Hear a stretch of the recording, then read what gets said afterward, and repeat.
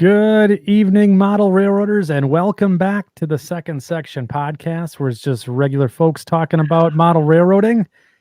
I'm Andy Dorsch, your host, and joining me this evening is my co-host, fresh off an operating session at Sue's at Luke Lemon's Sue's Second Sub, Mike Ostertag. Mike, how you doing? I've needed this beer for a little while now. It was an afternoon, let me tell you. Yeah. It was good. It was good. I'm doing good. This is going to be fun tonight. I haven't had a chance to do too many of these lately. Usually we're out and about doing stuff, but there's been some things where we kind of staying in tonight. But I mean, the operating session over at Luke's house, it went really well. I believe there was like 14 or 15 guys there.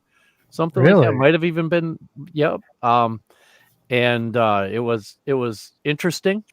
It was fun, and I got a very deep appreciation for what kind of running around Luke does, because that was kind of what I was doing all day today. So Luke could kind of tend to other things that were going on with the layout. I was doing all the crew calling and all that kind of stuff. So I mean, it was fun. A good group of guys. So yeah. Yep. That's awesome. So tonight's Brew with the Crew. It's the Saturday night extra. It is. Where the section crew gets together and hangs out with your favorite brew. Could be a beer, whiskey, scotch, whatever, bourbon. Could be a tea, coffee, water, lemonade. Doesn't have to be beer, but just getting all together, hanging out, having a good time tonight. And joining us in the studio, virtual studio this evening, we have a few members of the section crew with us. So we have a couple of they're all veterans now to the show. We have Mike Schanke. Welcome back, Mike. Hey, Andy. How you doing? Good. How are you? Thanks for having me. Hey, of course. You're always welcome here. So it's good to have you back. And I see you got a new layout behind you. Yeah, we went layout kaboom 2 months ago. Yeah, we'll have to talk about that a little bit tonight. The layout kaboom, and what you've been up to, because you're really, really moving at the speed of light there, getting it started. So, yeah, good to have you here. Thank you. Yeah, and then I see we have James Winebrenner back with us. Welcome, James. How are you? I'm wonderful this evening. That's awesome. That's good. I see you got some posh digs behind you there. That looks nice. How you been since we last talked? I know it's been quite a while. Good. I'm getting ready to move out to Kansas City. Really? Yeah. Really? Why? That's awesome. Why? You what? Took a promotion. Congratulations. And it's in Kansas City? Yeah. Yeah. I know. We'll have to hook you up with Shane. We'll have to hook you up with Shane Mason. He knows all the people out there that you model railroad wise that you're gonna Shane Mason and Tony Cook. Those two guys are gonna be they can we'll have to hook you up with those guys, because those guys will definitely get you out and about and show you around the model railroad town there. So that's do you like barbecue, James? Railroad hub right there. Yeah. Do you like barbecue? Oh, I love barbecue. Oh man. Especially southern barbecue. There you go. Yeah, Kansas City's not in the South. I know. They've got their own thing. It's still good. It's still good. Barbecue is barbecue. That's right. And then we have Paul Bellemore, otherwise known as Ratbag Railcar. Paul, welcome back. Glad to be here, guys. Thanks for having me back. It's you've been making quite a bit of progress on your layout as well. Yeah, we had a big push. We're up here in Hamilton, Ontario, and they had a model railroad open house, and I wanted to be on. I used to be on the tour with my old layout when I had my old Green Bay and Western layout, so we wanted to be on it for this one, and we did a big push to get a lot finished, getting some trains running, and with that, it was just like we were talking about earlier, like there's nothing like an open house to really push you to motivate you and get that blood going, and you have all these things that you want to have happen for the open house, right? Yeah. Yeah. And it's, I mean, what was the big thing that you did though? If you had to, if you had to make a pie chart of the activities that you did getting ready for this, what would be the biggest piece of the pie? So our biggest piece, we built the peninsula and we finished the helix.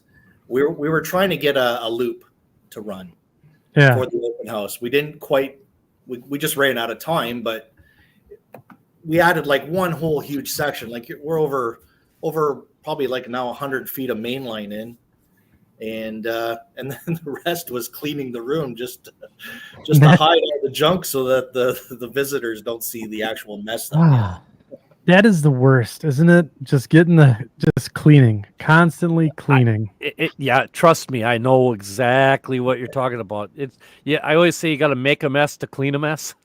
That's It was to find out what room can you put the stuff in that, like everybody walks in, they're like, oh, how do you keep the room so clean? It's like, don't open this door. Don't look behind the curtain. Yeah, it's like those old 80s sitcoms where they open up the door and everything falls out of it. Yeah, that's it. Oh man, it's just the worst. That's the worst. Like I was really hoping that someone didn't trip over something that I had like a garbage bag full of like trees and stuff that I still need to make, and I was just waiting for someone to go and rip that out and drag it around the layout. So, that was the fun part. Like being a Canadian, everybody coming down. The two most questions I had: why do I model the Green Bay and Western? Yeah. And where did I find my wife to give me all this basement? Why wouldn't you model the Green Bay and Western? Exactly, right, Mike? That's the real answer. I mean, there's been some I guess press or YouTube press on the Green Bay and Western. There's been some, there's a guy that's been doing YouTube videos about East End Production, right? Yeah. He just released a ton of awesome content on the Green Bay and Western. It is so good. I just love it. Did he just release the videos from the farewell tour? Yeah. In 1993. Yeah. I was watching that and I'm sitting there going, oh man, I remember this spot. Oh, I remember this spot. Oh, I fell down right there. I remember this. And I'm like, and now I still work that job. I still work the job and part of that. And I'm like, well, that's not there anymore. That's not there anymore. That's not there anymore. So yeah, it's crazy. Those are good videos. They also. It answers questions for me as the modeler. Like when I'm trying to figure out, like Mike and I talk all the time about track plans and such, but watching those in-cab videos, and I'm like, oh, that's where that switch goes. And it kind of puts the puzzle together. And then you saw, I don't know how many people here know who Brian Buchanan is. He does Killer Bees. He does Killer Bee. He's a Killer Bees guy. He does a lot of explaining on YouTube about how railroads actually work and things of that nature. And what's really funny is he was probably, oh God, he was 30 years younger than he was right now. But he was in his early 30s, mid to early 30s when those videos were made. And he was the conductor on those farewell trips. And I see him all out and about in Green Bay taking pictures of me and all those sorts of the other guys all the time. And I look back at that video, I'm like, oh wow. That's he hasn't changed a whole lot, but yeah, those videos are awesome. Yeah, Killer Bee is one of my favorite channels out there too. He's got a lot of good stuff. Yeah, I'm gonna put so I got East End Productions. I put a link in the chat. Let me see if I can find Killer Bee here. You know what I would really like to find, Andy? The bag with all the stuff I just bought from Des Plaines Hobbies. I've got the roofs that I need in it. Oh, really? That's the worst. That is the worst when you lose that stuff. So I'll have to keep looking for Killer Bee's YouTube channel. I must have lost it, but I think I found it. I think you found it. Well, that's good. So we got a really good show for everyone tonight. So Mike and Paul and James, we're going to be talking about layouts and aspirations and all the stuff that we're doing in the hobby. We're gonna do a little bit of some of the old favorites, like hashtag not sponsored and what's on your workbench. And then we're also going to be doing a couple of giveaways this evening. So you're in the section crew, make sure to stick around, because we're going to be giving away a $50 gift card to Engine House Services for anyone in the section crew. And then we're doing a special Patreon giveaway this evening, where we're going to spin the big wheel of Patreon Wonder and be giving away a $100 gift card to Engine House as well. Is that really the name we came up with for that? No, I just wrote it down on there. We can call it whatever we want, but yeah, that's good that it's called that, and it's very cheesy. So, anyways, Brew with the Crew.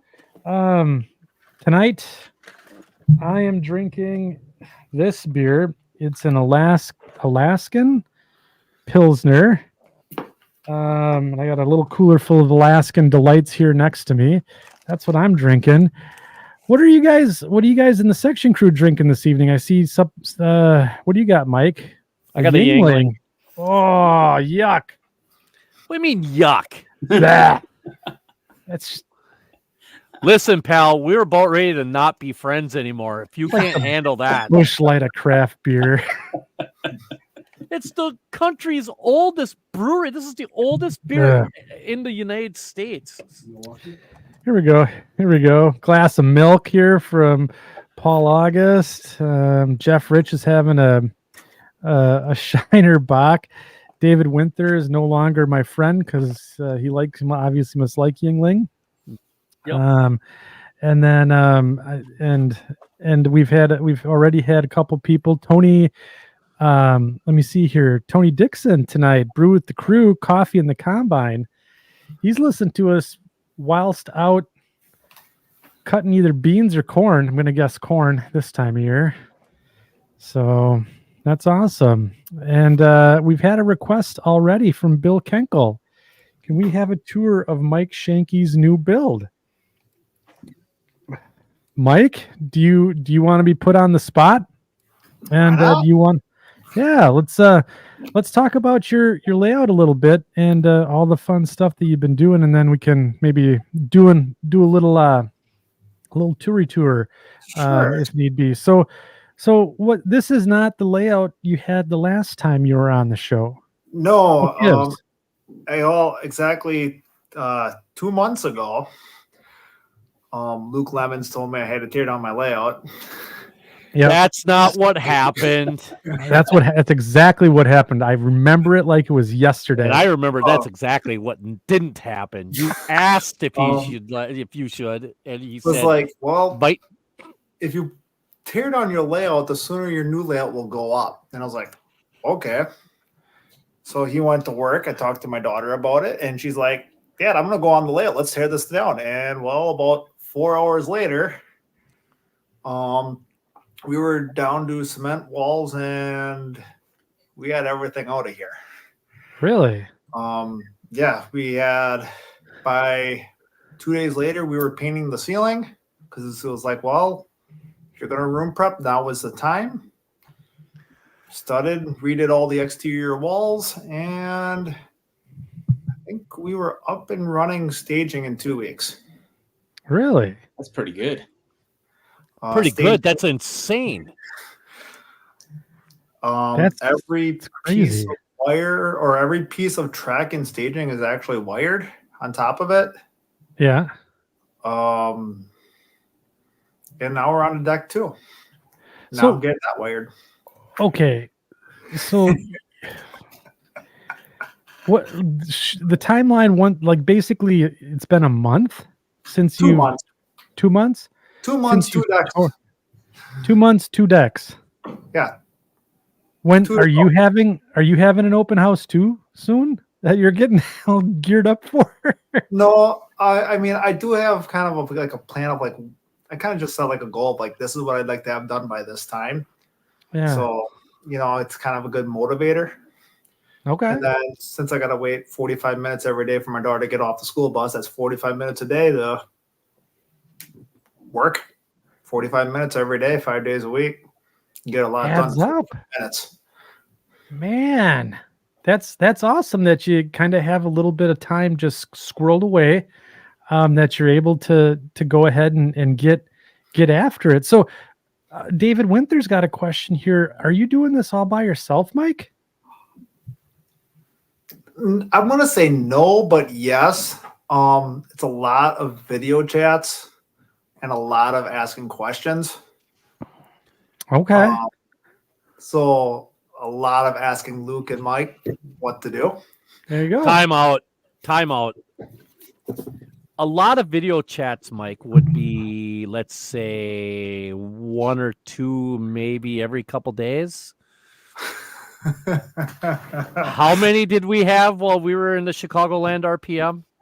Luke, Okay, I know Luke. I know fair. Luke is in the chat. I know Luke is in the chat, so he can verify this. So, how many did we have? To be fair, it was, hey, you got this helix built yet? Hey, you got To this be done fair. yet? Yeah, Well, I'd especially say if there it's on a was 4-hour drive. that day. There was no shorter than maybe 8 to 10. One of them was almost an entire drive home. Yeah, And you were having fun with it too. Yeah, we were. We were was having fun. a lot of fun. The long one was actually very long and productive because we got a lot of questions answered. And Yes. well, you did. You got a lot of questions answered. The beautiful thing about doing the video chat thing when you're trying to help somebody is the fact that they can go and show you what they're trying. Like Mike would show us what he was thinking, and Yeah. we'd be like, okay, we can throw and spitball. Like Luke was trying to give out the ideas and everything, and I'm kind of listening in it because I'm driving. So I'm like, hey, wait a minute, let me see that. And I look over and I glance over at it, and the next thing you know, I'm like, well, why couldn't he do this? And everybody'd be like, oh, hey, that's not a bad idea. Well, what about doing this? Or what about doing that?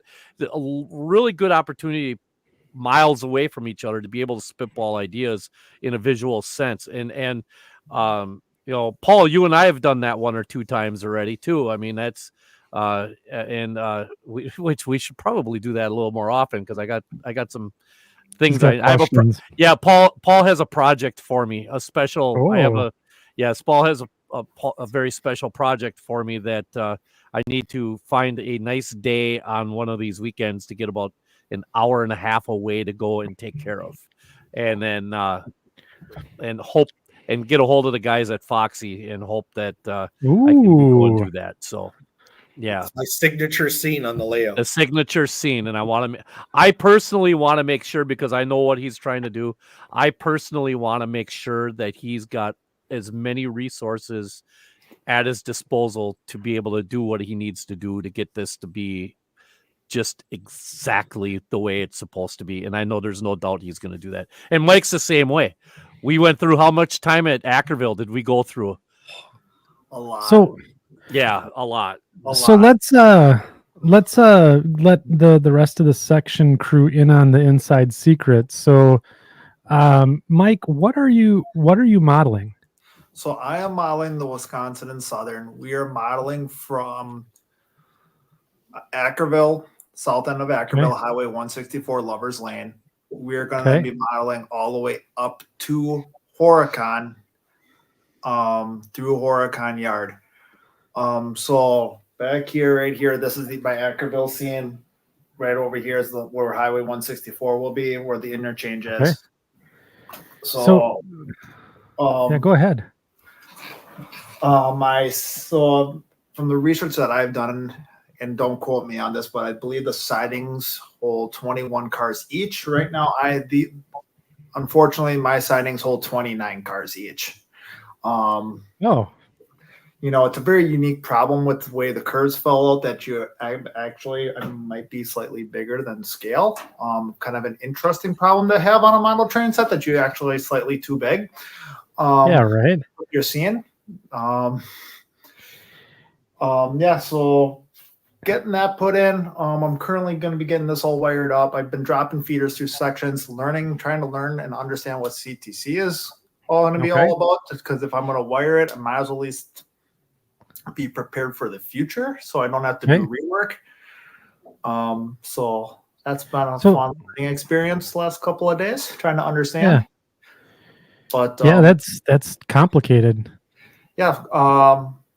This is going to be a 4-deck layout. This is deck 2. I can't get over this. So what's the room size that you're doing this in? I believe this room is 19 feet 6 inches by 14 and a half. Morgan's Rock Railroad's asking HO or N? HO scale. So I'm going to share my screen here and give people some perspective. This is Wisconsin here, right? So if we go ahead and dive in, so we got like Milwaukee, Madison. Here's the second section studios there by the blue dot, which is also on the Wisconsin Southern Main Line. But if we were to scroll in, so Ackerville is, where's Slinger here? Keep going down south, right? So here's 164. Here's Ackerville. So this is where you're going to be starting your model railroad, right? So right there, if I'm standing right, is going to be essentially right here. This is the southern part of that interchange. Okay. So if you continue north, you just would be go north, up through Slinger, and then we go to Hartford, right? Yeah. So Hartford isn't built yet. We're running all the way through Slinger right now, where we have the CN where they cross over to the CN. Yep. To right here. Yeah. So that's the north side of Ackerville. Yep. And then Slinger's just up here, right? And then so then you got like Stork Brewery, the depot. And then, where do they cross here? And then you have CN Main, and then Wisconsin Southern in the front. Yep. So then those tracks go through Hartford and up through Iron Ridge, and then up to Horicon. Correct. So this is where your layout's going to end. Yes, that is, yes. Right at the Horicon yard, we'll get the Y in there, and then where Clinton Street is there, that's probably going to be the cutoff. Right here. Of it. Yep. Little bit of still, we'll see how Benchwork goes on what can and can't go in. So yeah, we got 2 helixes right now, one on each side of the layout going in. Yep. So, and then with the way staging is holding, I think I got 240 some cars hidden in staging right now. I got almost every one of my rail cars on the layout, which is about 4 times more than the old layout alone. And my staging alone is bigger than my old layout just on its own. Horicon's kind of cool because of the Y. And then they have the shops in here. Then they got this old Milwaukee Road depot that they're still using. And then sometimes, if you're lucky, they got some really cool like maintenance away stuff sitting here. Like they have a Jordan spreader, I think. It's right on the other side. Yeah, Jordan spreader. Keep it. Yeah, yeah. And then one time, Mike and I we were employees of United Cooperative for about 15 minutes. That was fun. Yeah. Got right up close to the Y. Then you got this nice, here's more of the yard too. So then if you continue, and we're just going to take a small aside, you go through Horicon, Burnett, Waupun, and then up through Brandon. So we have the Wisconsin Southern comes up through Brandon. Brandon's Meats and Sausage here. That's where I get all my meat and brats and hamburgers and all that. And then there you go. Comes right to my hometown here in Ripon. I'm kind of hurt, Mike, that you didn't want to model Ripon, but that's okay. Well, I get it. It's technically going to be hidden in staging. It's going to be, going down into staging. But there is a tentative possible plan that we might sneak in a hidden staging behind on top of deck 4 of sneaking in the Cambria line and just make that all hidden staging so that then you can have trains running up to Oshkosh or Markazan, and then you could be going and doing Cambria and just hidden staging that so that then everything has to funnel into Horicon and can be a pain for somebody who has to sit in Horicon switching for an obsession. Yeah. Now, did we cover if your layout was is it modern day like today, or when is it set? I'm setting for 2015. Reason why I want to stick with that is they still had all the original GP38s that Atlas did. All the old number sequences that have been modeled. They also still have, you got the MP15 ACs, you have SD40s, GP38s, GP39s, you have Burlington Northerns, you have the Bandit yet.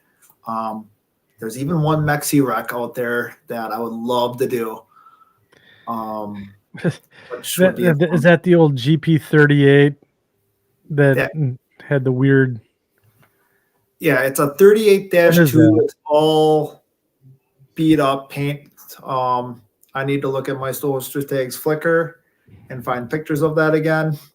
Yeah, that was an NDM. That was an NDM unit.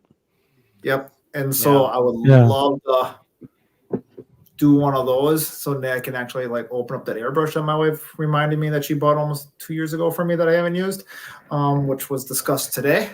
Yeah. Really, I have a video of that.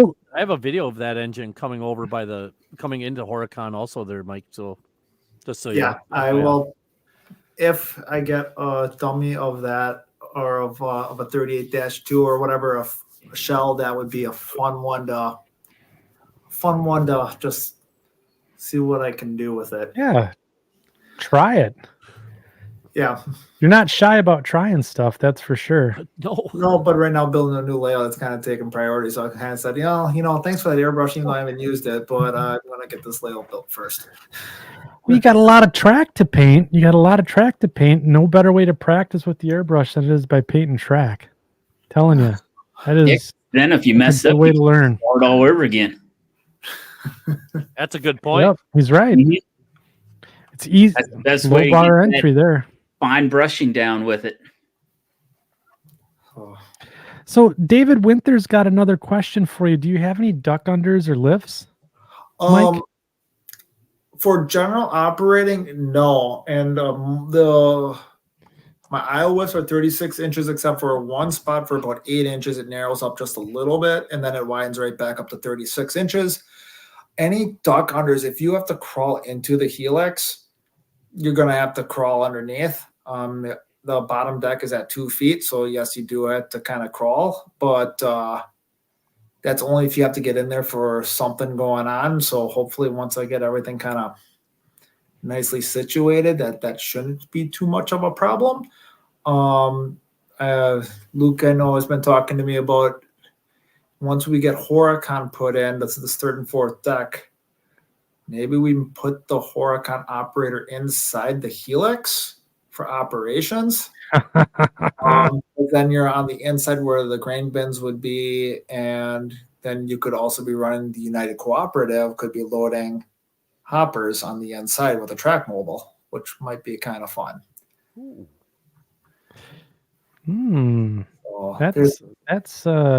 That's fun. Yeah. So let's do you mind if I share your Facebook group? Go right ahead. All right. I figured I'd ask first before I just go and do. Go for it. But I wanted to show everyone. So Mike's got a lot of cool content here on his Facebook group. So it's the Wisconsin Southern Train layout. So this picture is the old one, right? Yeah, that is the old layout, and then that backdrop is actually 1/8 inch masonite. So that all got ripped out too. We ended up, I dropped that. I drywalled these current walls, and then I actually did exterior studs of actually 2x6. And the reason why I'm going with 2x6 is because deck 3 and 4, if you look at the topography, which is why this layout is just making so much sense. When you go through Hartford, Hartford is relatively flat. When you go through, like, once you get north of Iron Ridge going into Horicon, you're relatively flat, except for, it's just the track is elevated. So I'm essentially going to get, my wife found me some really nice heavy duty 90-degree brackets that don't have the angle brace, but yet they are perfectly square and they hold like 250, 300 pounds. Except for they're wider than a 2x4. So I went with 2x6s. I'm going to drill that right into the wood stud through the drywall, and all I gotta do is hang my plywood and done onto my next 8-foot piece. Should actually go together really well. After seeing kind of how those shelves work for other household projects, was like, that's gonna work really, really nice. And then by the time you put a front valence board on and everything to keep it all the same, deck 3 and 4, with the exception of this blob, should actually go together pretty. Yeah. Oh, sorry. So, yeah. So you're. I mean, no moss grows on the rolling stone here. That is for sure. This is crazy. What's the radius? David Winter also just asked that. What's the radius on your? So what is it we've got here? Show us around. There you go. So this one is a 28. Was it 28? 32, if I recall, 32, 34, 36, 38. So 38-inch turn radius here on the blob going back, and then we mirrored that on the back side as well. So I think in my helix, my tightest one is a 27.5 on one. Otherwise, it's 28s and 30s.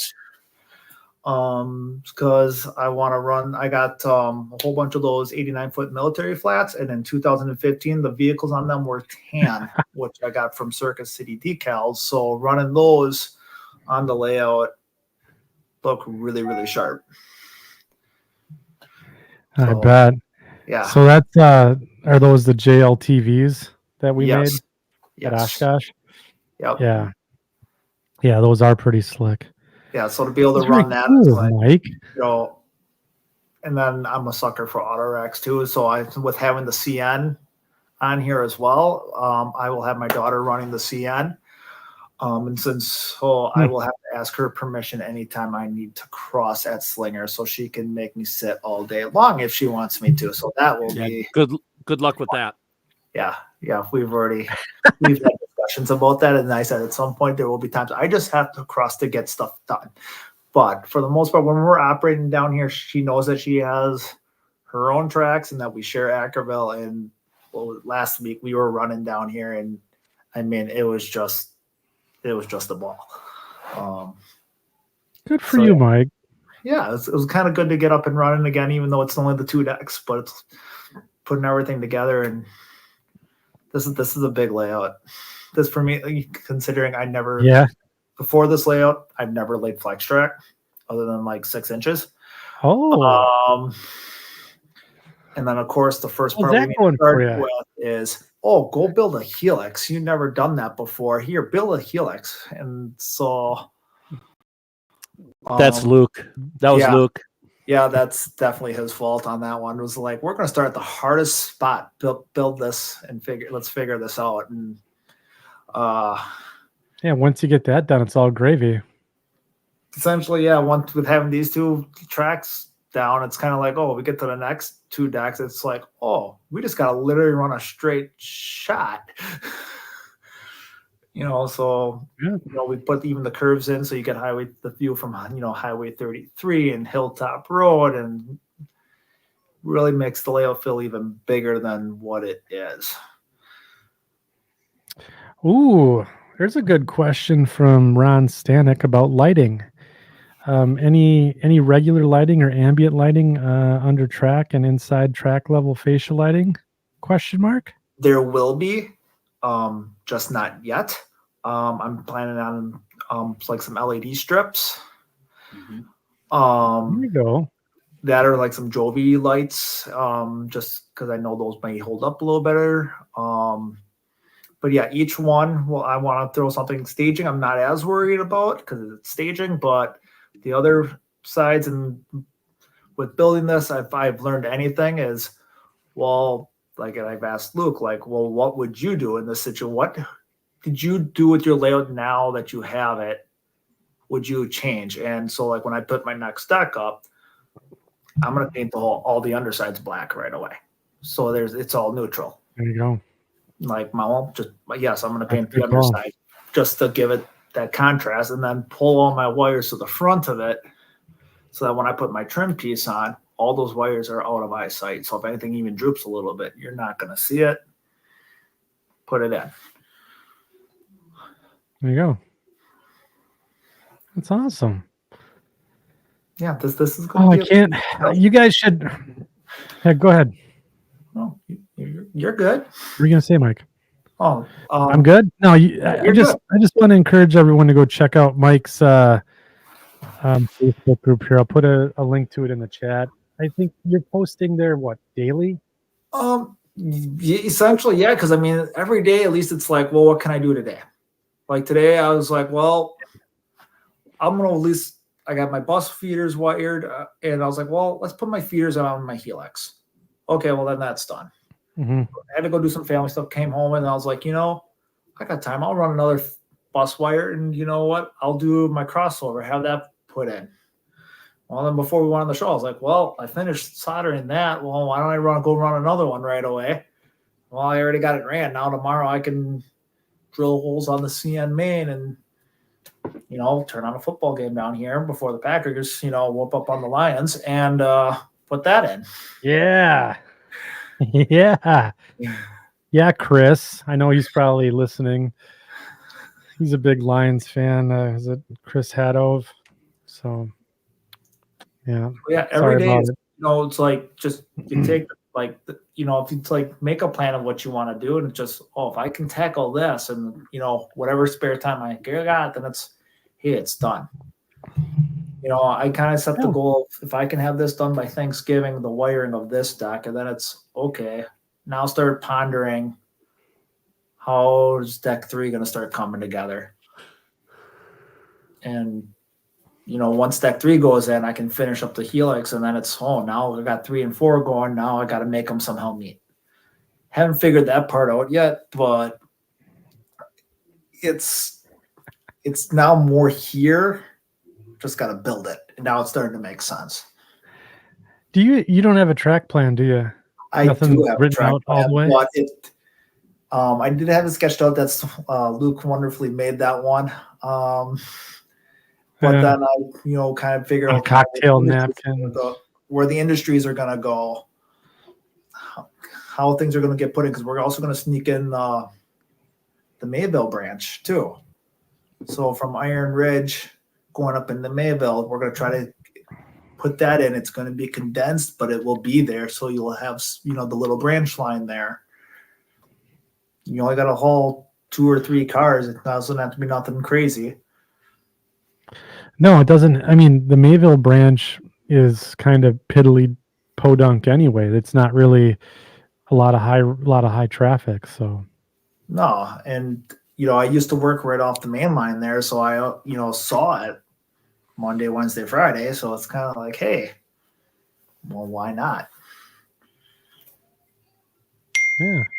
Well, Mike, thanks for sharing with us the progress and the updates to your layout.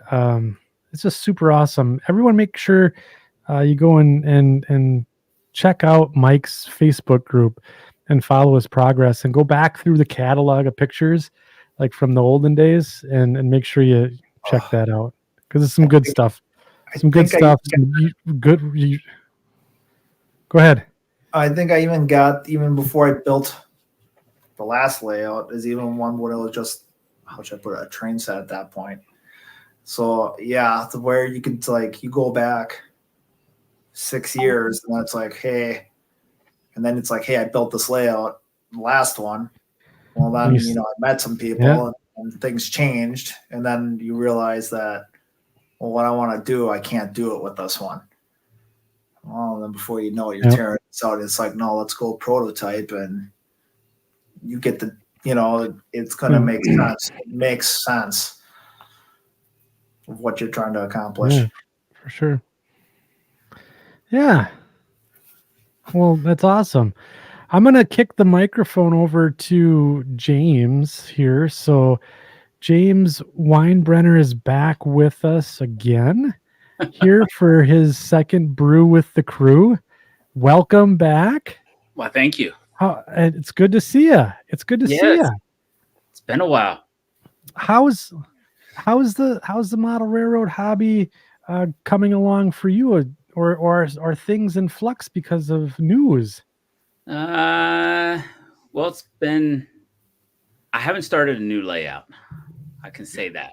Okay. Once I moved here Good. in January, I knew I wasn't going to stay very long. So the thing that I've been mostly working on is taking care of like my rolling stock, taking care of my locomotives, starting to build signals, things in that nature. So when I do finally figure out where I'm actually going to stay at for a while, then I can actually get something built, and I'll have everything already made and done. Yeah, right. You're kind of getting the kit set together before you build. So remind the section crew, because it's been a while since you've been with us. What are you modeling? Denver and Rio Grande, October 1984. Because I picked Any specific place in the world? Yes. Tennessee Pass. Well, tell us why. No, Ooh. hold on. Well, Hold on. Tell us why 1984. I picked 1984 is because that's when the Denver and Rio Grande bought them 17 of the SD50s. It was the first week in October of 1984, I think it was, when they bought 17 SD50s, and I'm going to stick it to that time period because then you don't got to weather them too much. They can kind of be looking pretty new, but then like the SD40T-2s and everything else, they can be a little bit more grimier and dirtier and things in that nature. Yeah, and it's right there before awesome. the time when business started to die down in 1985. So, and that's when they started storing a lot of stuff. Yeah, Tennessee Pass. There's that's part of that's still being operated, isn't it? Isn't it being run by a dinner train or something like that? Is it? I think some parts of it is like one side of there's a tunnel that collapsed in there someplace, and like one side's being used and the other side's not, or something like that. I think so. I'll find out this summer because that's So where I'm not. we go to. So where in the world is Tennessee Pass? Out west, right? Yeah, it's out there. Colorado? Yeah, Colorado is just going up over. It's where the ski train went. I can't remember what the heck the name of the town is. Not right off the top of my head, I can't. Like it's not like Breckenridge or Aspen or No. one I of should those. know, but I don't. Okay. Huh. So then this is mountain country. Oh yeah, it's going to be mountain country. Yeah. Steep grades. Oh, that's so cool. It now it may not be to scale like it is out there, but I'm going to have it a little bit steeper grades than what they had out there. Because then I can run nice slow trains, and like usually I take all my locomotives and I get them without a decoder in there, and then I do it myself. There you go. So a bunch of questions coming in from the chat here. So Sue Second Subs asking, do you have a group on Facebook or a page No, for your model railroad? No, not yet. Awesome. No. Okay. but it will And whenever I it's cool. start. That's good. So let me ask you this. So you buy your locomotives without the decoders in them. Correct. Do you have a decoder preference? I like scale trains. Yeah. And So like then I yes, like do you use the sound coders? Okay.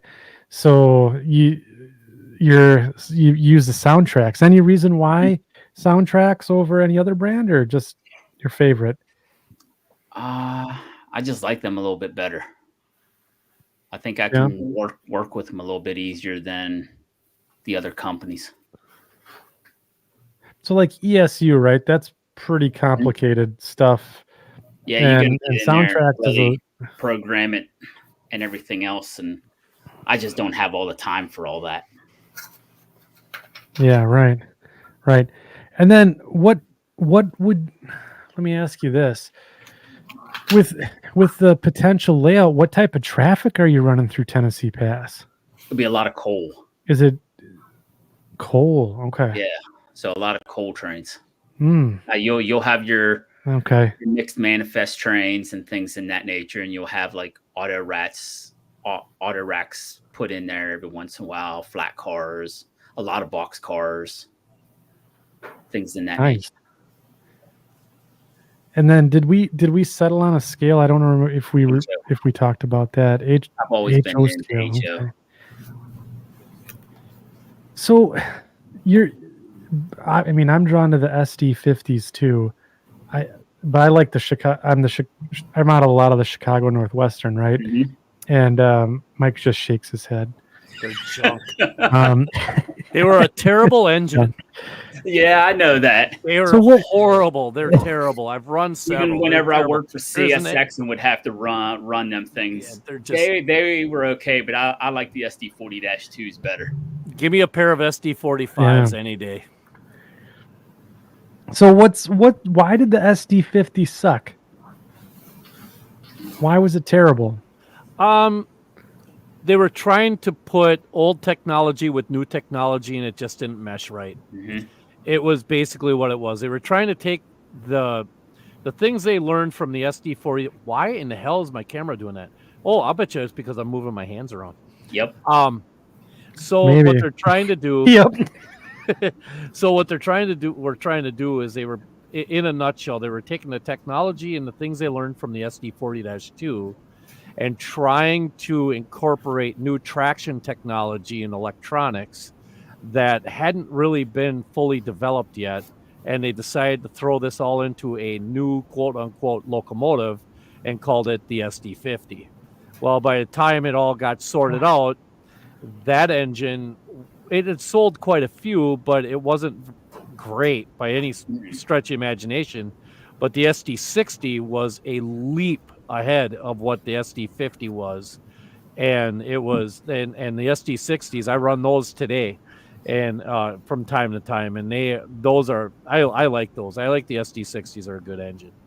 So, I mean, and plus I believe the SD60 had the 710 prime mover in it. Yes. If I remember correct. And the SD50 still had the 645. Right. And it was a, was it 16 cylinder turbocharged? Or did they go down to a 12? 20? I know the ones we had at CSX was 16 cylinder, but yeah, I know they were some of them had a 20 cylinder in it. Yeah, those would have been the ones that had the 20 cylinder rebuilt SD45 one that was, because the SD45 was a 20 cylinder locomotive, 645. So yeah, it was a tweener engine, right? I mean, it wasn't horrible, but it wasn't great. It did what it was supposed to do, but not well.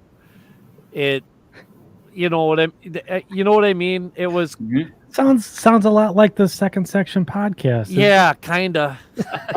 I'm trying to liken it to a car. It was kind of, and I can't even come up with a car that was like that. It was, I don't know. It was just an interesting stepping stone, I guess, of a locomotive is what it was. And there was even one before that. I believe there was one called the wasn't there an SD50S? And I think that was on Kansas City Southern. And I think the first 2 or 3 or 4 of those were built on SD40-2 frames. Mm-hmm. And then after that, they lengthened the frame to what the SD50 was, which was longer than the 40-2. It was just an interesting locomotive. Garbage, but I mean, it was interesting. So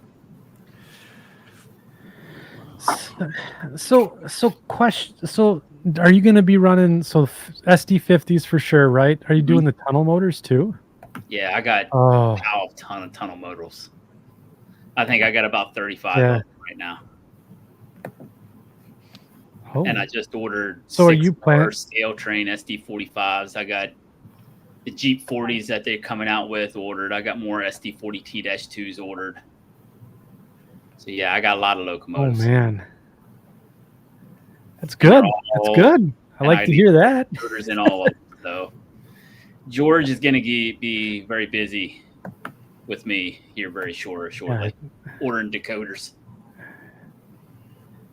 Do you just go straight to soundtracks, or do you go through a hobby shop? Yeah, I just go straight through soundtracks and get them. Sure. Yeah.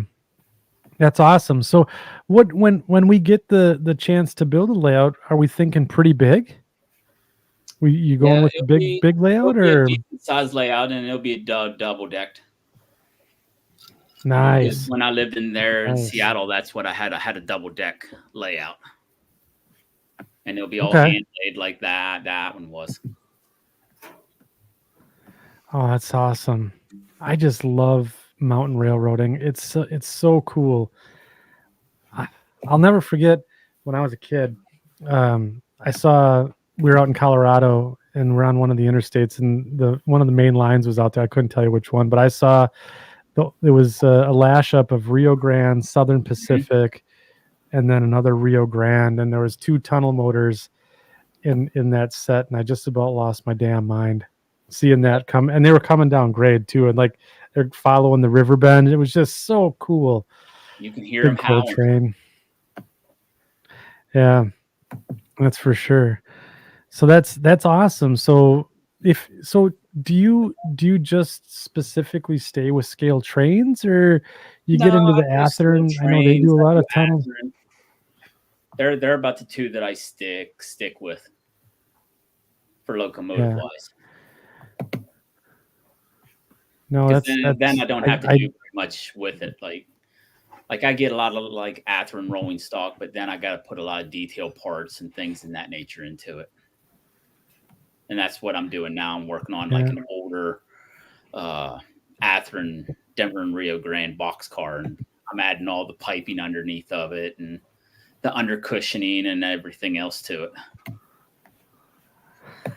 So even though you don't have a layout, you're still grinding away at the bench. Yeah, I spend an hour a day. I commit an hour a day. Really? Mm-hmm. So you got Mike doing 45 minutes a day. You're doing an hour a day. Oh, 45 Paul, minutes. what are you doing? Yeah. Because I figured I tried to do the hour. Mm-hmm. Yeah, I figured Try to about do the hour? a good hour a day, because by the time you get in and get started, you're going to be 10 minutes already in, because most of the time I got to find tools. So it takes me a little while to find all my tools that I need, because I don't have a workbench anymore. I'm just working off of one of them little 4x8 tables and things in that nature, and I'm always looking for things. Yep. And it just takes a little time to get the drawings out and figure out where I need to put all my piping or whatever I might be working on, and if I have all the parts for it. Yeah, that's the key, right? And then you buy new parts, and then you find those parts that you just bought. Yep. Like 2 days later. Yeah. So then I go out buy another car.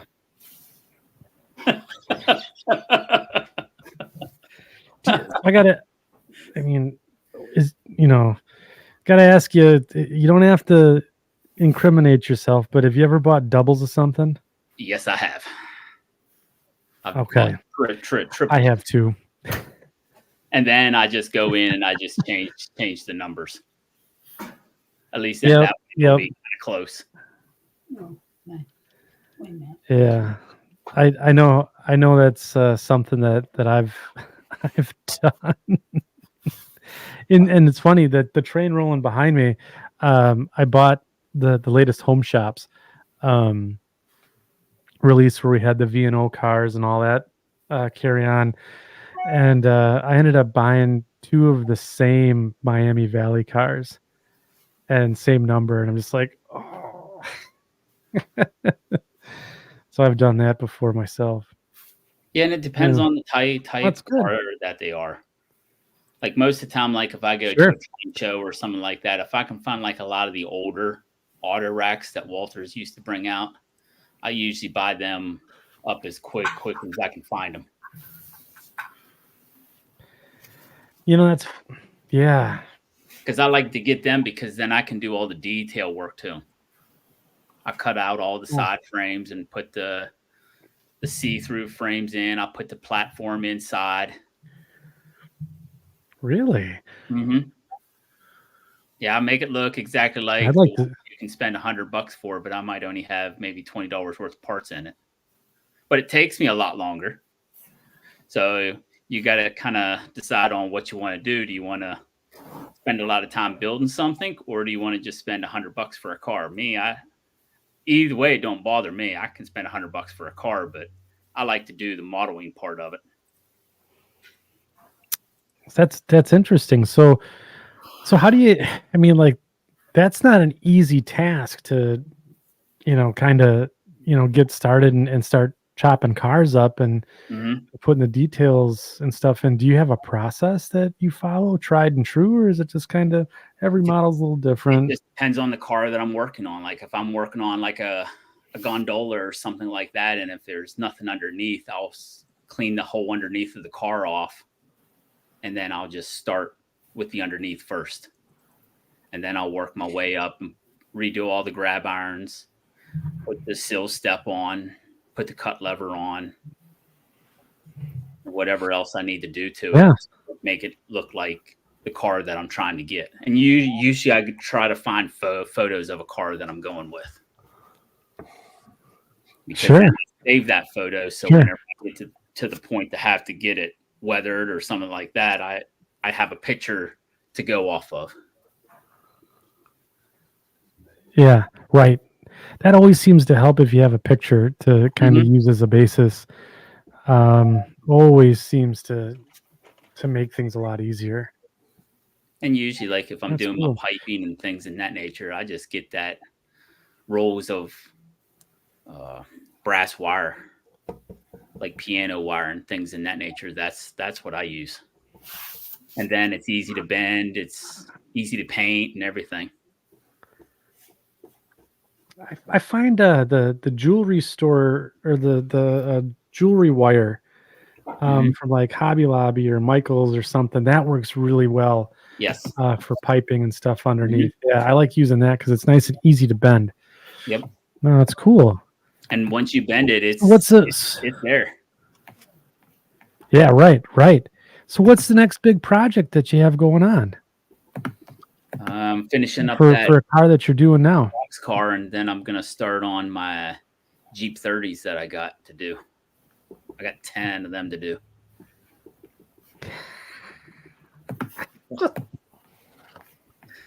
I'm trying to play catch up. I thought maybe going back to 1983, 1984 would be a good thing to do because I used to do all modern equipment, and everybody was coming out with modern stuff. Now they're all coming out with older stuff and 80s. Kind of back in my predicament. And once they release it, then if I know I need it, I buy it. I'm gonna have to start doing a better job of budgeting. I got a sneaking suspicion that, like, I just have a really bad inkling, like over my my spidey sense is going off. Like, there's something that I'm gonna have to buy hundreds of, and it's just gonna I'm gonna have to do we take a second mortgage out? How do we Well, I know What is that this? if Scale Trains ever comes out with the Denver and Rio Grande hopper cars that they bought from Exact Rail, I think I might have to Yeah, because I need yeah, a you're ton. gonna be in trouble. No, that would probably be the time that I'd be in big trouble because I'd probably buy a few hundred of them Oh my god, because I have that's enough crazy. to do like 2 coal trains, but that's nowhere near probably what I would need. And I like to keep my rolls Ah, not always out on the layout. Like I like to inventory it in and out. oh, there you go.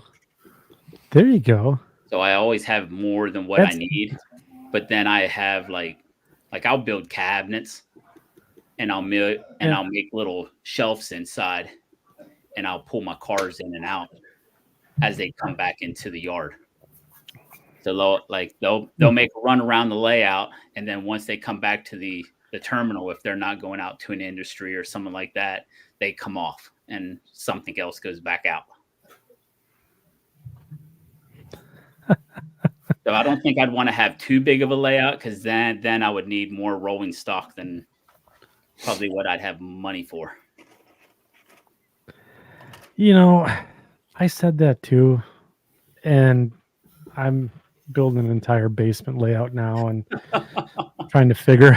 I've always thought about that, like having a layout like a 30 by 40 or something like that that's double decked, but Yeah, I don't know if I'd even being able to finish something like that on my own. Especially the way that I would hear want you. to, because Yeah, right, have right. joint bars in the track work. All my turnouts are all hand laid, so it would have all the little gaps where the points would be, and frogs would have all the detail parts. Yeah. I'm kind of particular with that stuff. I've always looked at, freight car is a model too, but your track work needs to be too. So here's some sage advice coming in from one of our regulars, Luke Lemons. Don't build a big layout. And Yeah, I And don't I'm think sitting I'd here build feeling too I big. don't I second that idea. Yeah, but then he has you I go don't know. but then he has you go and build a big layout anyway. So it's his fault. So his fault. Yeah. Don't build the big layout. I'm building the big layout. Do as I say. Reverse not as I do. psychology. I don't think I'd want Listen to the heart. too big And, one. yeah, 20 by 20 would probably be it's a funny decent because size, I think that would be especially good. with Like it I being did double decked. and then if you're gonna put that detail in, like I did all the joint bars, every Mhm. 39 feet here, on this part, and you can't see it, but I did, rotating switch stand, Mhm. like the targets, so when I flip the switch at, the switch stands, rotate and stuff like that. It takes time, but Oh yeah.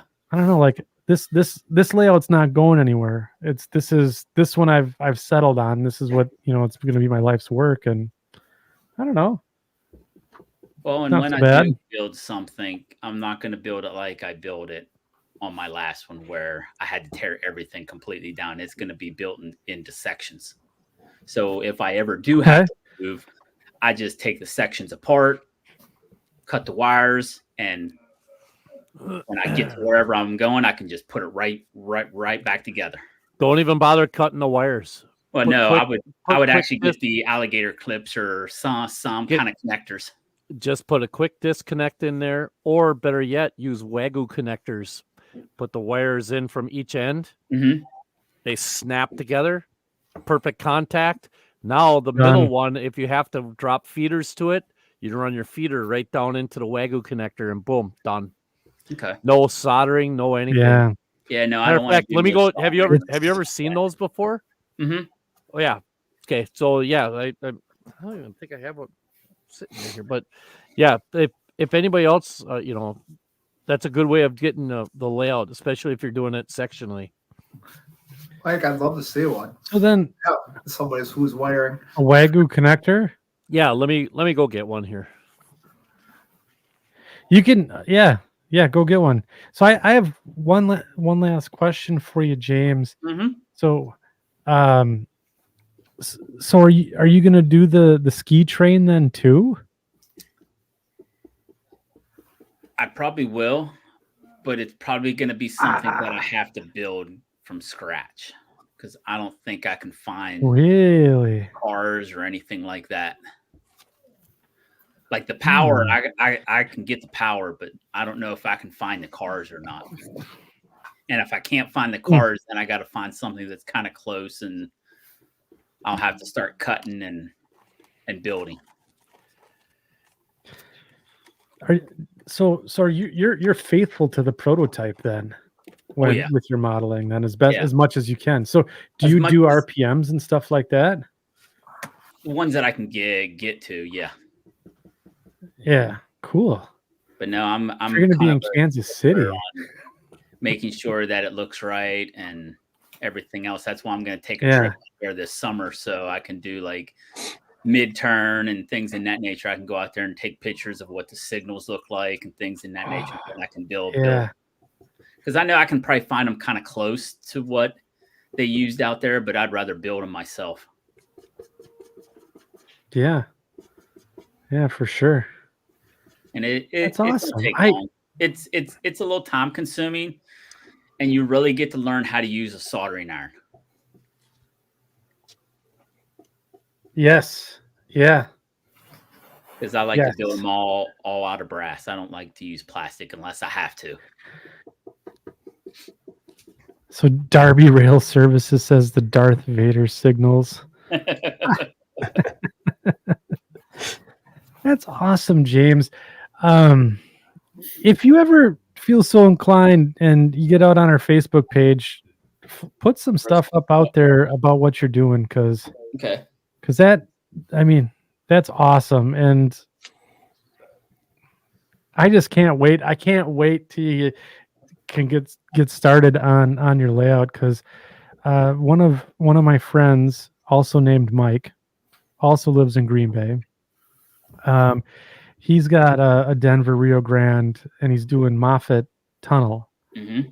and it is a 4-deck behemoth, and it's just a beautiful layout. And he's now starting to do the scenery, and the mountain scenery is just amazing. I absolutely love it. So I can't wait to see. And that's the one what thing you that got going really on. takes the most time right there. And it depends on how you want Yeah. to do it too. Like me, I would Right. want to Right. just get some good hydrocloud plaster and Yep. just go to town. Kind of make my own rock molds and things in that nature out of a big old hunk of coal or something in that nature. So that's what this rock face here. Mm-hmm. It's plaster, and then I just went and hacked up took a rock hammer, and there's a couple rock faces out here, just and just busted up a bunch of rocks, and then made the molds out of latex and just like surgical gauze.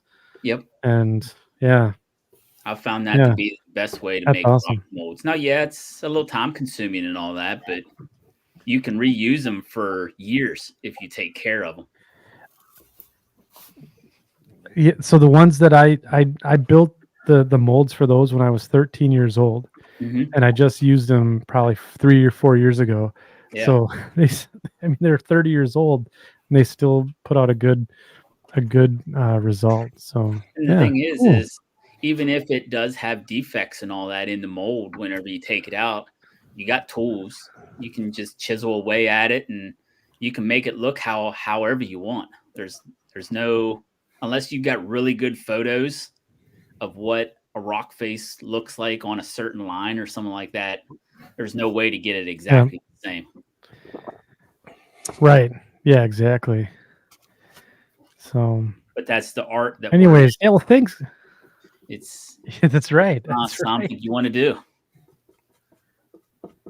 So this is this is really interesting because I'm gonna have to change my name to Paul to match the rest of everyone here on the show tonight. Because there's two Mikes and now there's another James. James Wilmus is here. How you doing? Hey, got audio? Yeah, loud and proud. Holy cow, you blasted my ears out. Yeah, sorry about that. I got the lab on. Welcome. Well, anyways, Mr. Winebrenner, thank you for sharing. And by all means, don't hesitate to throw some of your work up, because I'd love to see it. Even just send it to me in an email or something, because if you're doing that level of detail, I'm all about it. So that's very cool. So we're gonna. So this is go ahead. Oh, I was just gonna say, Yeah, Mike ahead. Schanke wanted to see one of these, so I went and I grabbed some of my stuff. Yeah. Okay, so this is a Wagyu connector. Okay, it's pretty simple. It's just a lever. Lever nut. It's a lever nut, basically, is what it is. A lever connector is what it is. So this is what I use for my bus wire is 14 gauge wire, and I got some. I don't know what the heck even this is. Probably This 18. this is actually wire for a doorbell. This is doorbell wire. 22. 22 maybe, yeah. Mhm. So what you can do, instead of soldering, you simply cut your wire whatever length you want, make sure it's long enough. You stick it in one of the holes and you connect, and then boom, now you're connected. Take the other wire. Hope nobody takes that sound bite. What's You know, you just stick it in one of the holes and then and now you're connected. boom. So, but now you're not going to tear these apart. You cannot take this off. You cannot get these apart. No, Your connection, your electrical connection is solid, and that's with the 14 gauge. Here's the one with the 20 for like a bus wire or a feeder wire. You stick it again in the proper location. Put the there you go. put the arm down, and that's not coming out of there. And then if you need to make a change, the beautiful thing about it is say I need to change this feeder wire or something along those lines, you simply take the arm, open it, take the wire right out, put whatever you need to in. And then there's that. Now this is an older style. The newer style looks like this. Kind of almost looks like a Lego. You know? Yeah, they're Oh, those are clear. the ones that I have. Yeah. Yeah, they're clear. So again, same thing. 14 gauge wire. Put it where you want it in one of the holes. Put the arm down, and that's not coming out of there. Same thing with here with this. Do another one. That's not coming out of there. You take your feeder wire, whatever you want to call it, whatever gauge feeder wire you're using, and it works for stranded or solid. Stranded or solid. And boom. Yep. And that's not coming out of there. So this is a really, really, really good way to get solid, reliable connections on your layout without having to solder. I have run DCC with this. I have not had any communication issues with it. I have not had any issues with loss of not communication. loss of The signal loss. Haven't had any issues whatsoever with using this. Not one. So I use them on my layout too. 100%. So I use them for all of my bus wires. so my track bus, my accessory bus, my lighting bus, I use the Wagyu connectors for them exclusively. This is a five. Um, This is a and 5 position one. I think they were Yep. what 5 is the biggest they make, Yeah. right? I I believe think it's so. Yeah. yeah. This is a 5 position one. They make them in 2, 3, 4, and 5 position. Yep. And the nice thing is, I should have cut another one of these. But if you have 2 feeder wires, you put can it- double them up in one spot. I've actually had 4 of them in there before. Yep. Yep. And you have no signal Yeah. loss, no communication loss, no nothing.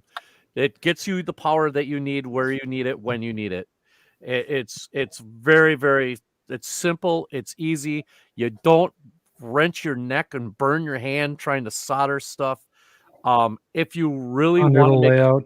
if you really want to make sure things don't go anywhere, you take a piece of black electrical tape or whatever color you want to use, and you just go around the arms to make sure they don't accidentally get knocked up or Jesus, accidentally get. Now we're pulled sticking up. stuff in holes and we're Or knocking sticking things stuff up. in- Come or on, knocking Mike. things up. It's a party So- now. Yeah. So You're that, here. there you go. And we're only 1 beer in. But Geez, you that's got to catch up, buddy. no, I know. But that's do they have them with connection holes on both sides? No, you don't need them. You don't No, need a it's just the connection one hole side. on both sides. It would be pointless to have a connection hole on both sides because it would defeat the purpose of the connector. They do So they make kinda- connectors. They and- do kind of make press connectors, kind of like that, but they're. Oh, that's the other thing too. They make these in a press connector, so you could just those stranded wire doesn't really work very well. Solid core wire works best for those, and I'm not a big fan because if you want to make a change, you have to You gotta cut the cut whole. You got to cut everything off. So Yep. I like the ones Those, with the with arm. suitcase connectors. Yeah, I have some. I'll of the never press- use suitcase connectors again. Yeah, this is to me this is the way to wire the layout. I know I'll get a lot Yep. of flack probably for it, but to me Nope. this is the modern day way to solder your layout. So Mhm. Yes, And you don't got to worry about all that. you know, corrosion. You don't clean them solder joints. right, and if you do end up with a Yeah. broken wire, what do? You flip open one of the arms, you take that wire off, and on top of that, the thing that I found is the most important thing is this also.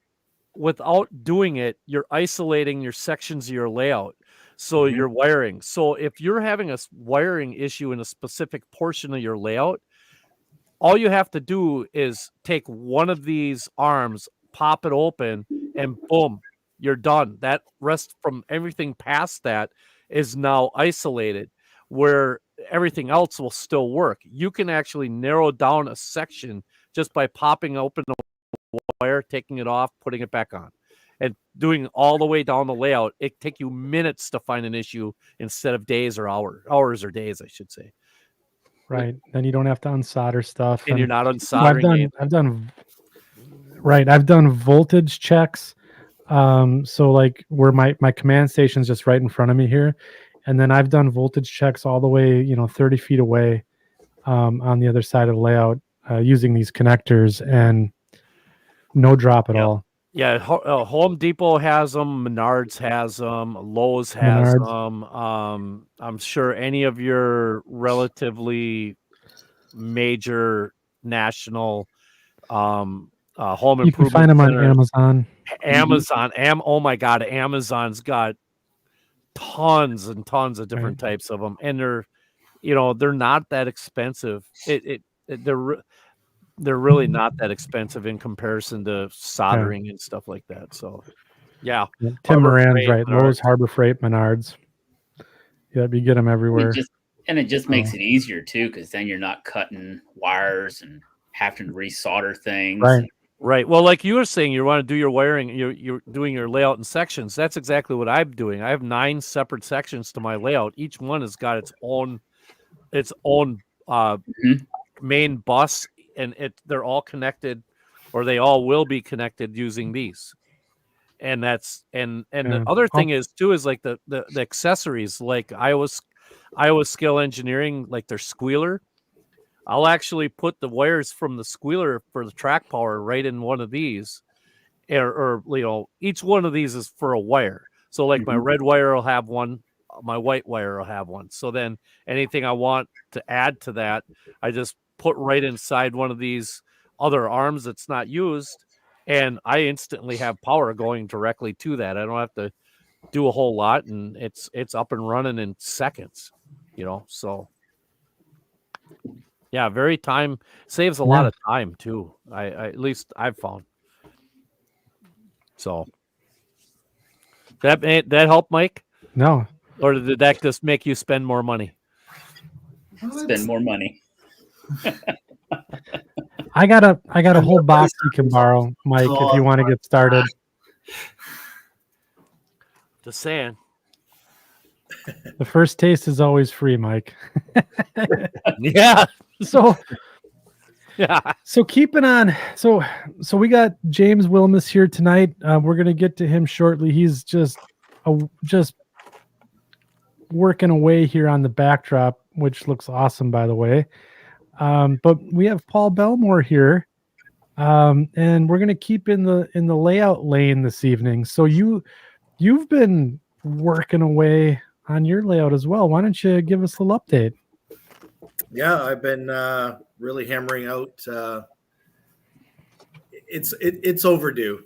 I had just that staging yard was built and just tweaking on that, but now it's really happening. So we've been, like I said, we had that open house. That was the big push, and so I could tell you, my friend and I, we're both mid-age fellas, and we both said that, right? So we both said, like, yeah. I told him, I said, this is probably going to be my last layout, and he had a little bit of a life change, and he said that he don't think he's going to build another layout. So we kind of pooled, and we just said, let's just build this monster together, and we kind of pooled our materials that we have together, and between him and I, and we have another fellow that's usually part of our group, but between him and I, like, we're both two guys that are on the same page all the time, so we can finish each other's sentences just as we finish each other's construction projects. Like, so there you go. He knows exactly what I need and what I need, and I know exactly what he needs, and he likes to spend my money. Well, that's what good friends do, right? So I have we put up a material list board, and every time I come down here, there's something new added to it. We need some kind of new fun electrical project, or it's fun. It's good having those core group of friends that can help you, especially with this. Like, we're talking about sizes, and I know the less is more, and that's what everybody's doing. But I have 1,500 square feet down here that is to my disposal, and I think the layout's going to hold probably about 1,350 of that square footage. So we're building a 3-level layout. Nice. Based on the Green Bay and Western 1993. It's going to go from Green Bay to Plover. Plover's my end. I'm going to have I'm trying to stay true to the prototype, and I also have, with all, if you guys go to my YouTube page and watch some of the staging builds, you'll see I have so much staging right now, because you never have enough staging. But my staging yard is going to feed the main portion, so I have like all the FRV trains that are going to feed North Green Bay, and then I have the Green Bay and Western comes up from Norwood. It gets the traffic from North Green Bay, and then it goes up to the second level, and that's going to go to Plover. And I just cut out a couple little pieces, but like I say, I try to stay more. What did you cut out? So I'm going to cut out like Ogdensburg. I'm going to cut out, like, instead of like all the little villages going up to Plover. So it's going to be So as I climb out of the valley, I'm going like the first, pretty much it's going to be Manawa, the siding in Manawa, and then it's going to cut right to Black Creek right off the bat, like no other little What? town. I just What? don't have. Well, it's just to stay. You're getting rid of Wait, you're getting rid of. Okay, this is gonna get to be a fight. I'm going to Canada. You're get rid of. He's one beer in and he's already getting feisty. I'm gonna get. Hey, when it comes to the GBW, those are. I fight know. words. It's So- a trigger. That's a trigger, huge. So the siding, Yeah.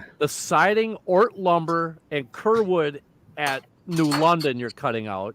You're cutting out Shyocton, which had a lumber company and a co-op with a fertilizer that we had to make a Dutch drop at every single night. You're gonna cut out Black Creek. Mike, No. stop. Black You're Creek is there. talking about lumber and putting things into holes and knocking things up and Dutch drops. We got it's R-rated, buddy. You gotta rate not- it in. What? I don't know what a Dutch drop is, but it sounds bad. No, it's not. Actually, I will say this much: if it goes wrong, it's really bad. So basically, I'll educate you real quick. So basically, what a Dutch drop is at Shyocton when we were on number 1, we would have to switch out the co-op. Well, the cars for the co-op would be Sounds going. bad too. Yeah, well, Shyocton is it's Shyocton. Anyway, so nice town when it's not half underwater, but it would be a facing point move going west. Well, all the cars would always be for west, you'd have to interchange them for the BN. So instead of we didn't have a local, the road train was the local. So you'd have to pick that car up on the way going west. Well, it's a facing point switch. So you'd go in, you'd cut the train off way outside of town. And then you'd go in with the power, grab the car, shove it up the main line, like a ways, start coming back towards the train, holding onto the car, pull the pin on the car, get the power back over that switch you just came from, put it back into the clear, and let the car go by you. Picture that. Sometimes it took 2 or 3 attempts to get it to work, because you're using 3 locomotives. So, yeah. I don't think there's a way to actually model that, but if there was, it would be kind of cool. So, yeah. So Seymour, So Seymour, no Seymour Co-op, Seymour Canning, no Seymour Lumber, another lumber reference. We had a lot of lumber companies on the GBW. You got a lot of wood. Yeah, we had a lot of wood on the GBW. A lot of wood. A lot of wood. A lot of wood. So this is where the section. See, look at where you're at. You're the one that said the word. Sexy section. Yeah, that's gonna be it. Every time there's like some kind of sexual reference, cheers. Yeah, cheers. Yeah, cheers. Yep, sexy So section. you're gonna go from Manawa to Black Creek? Just the way, so Black Creek, I want to have the swing off where the WC's left. Yes. So just the way it's gonna fit, because I try to, between the compression and where the big section is that for Black Creek is going to be on top of the helix. So it's the only part that would actually work out so I have to cut out something, right? I'm just like, Yeah. Could just cut out Plover. well, Plover's the big, because I'm going to have the Y at Plover on the top, which I got the branch going all the way to Stevens Point. So I'm going to include all I got the rag mill. We have the Whiting Mill, and we're going to have Stevens Point Mill. So the entire top level is the mills, and that's all the traffic to come down. Yeah. Are you going to have the Slim Fast plant at Manawa? Are you going to have the spur down to Slim Fast at Manawa?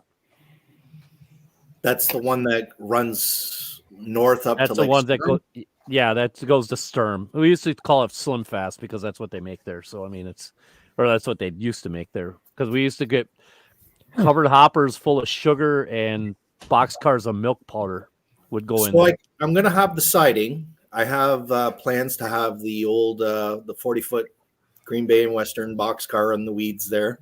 Yep. But instead of making the where it splits and goes directly north, it's just going to kind of like duck behind some trees. Hmm. So you'll be able to shove cars, but not go up. Yeah, because you had to go through a lot of backyards to get to it anyway. You Yeah, know. that'd be. I'd have to dig out the basement and then go to the backyard, and I've already got enough space, so she's not going to let me have that much more. Yeah. No, it should be interesting. There's going to be a lot of traffic, and there's going to be a lot of movements. We have some. I'm building it for operation, so that's my biggest push. And again, Andy, do you have that hand drawn track plan that I sent you? Is it in the pictures? It'd be in the cluster of pictures. I just have like a quick doodle I did for the show.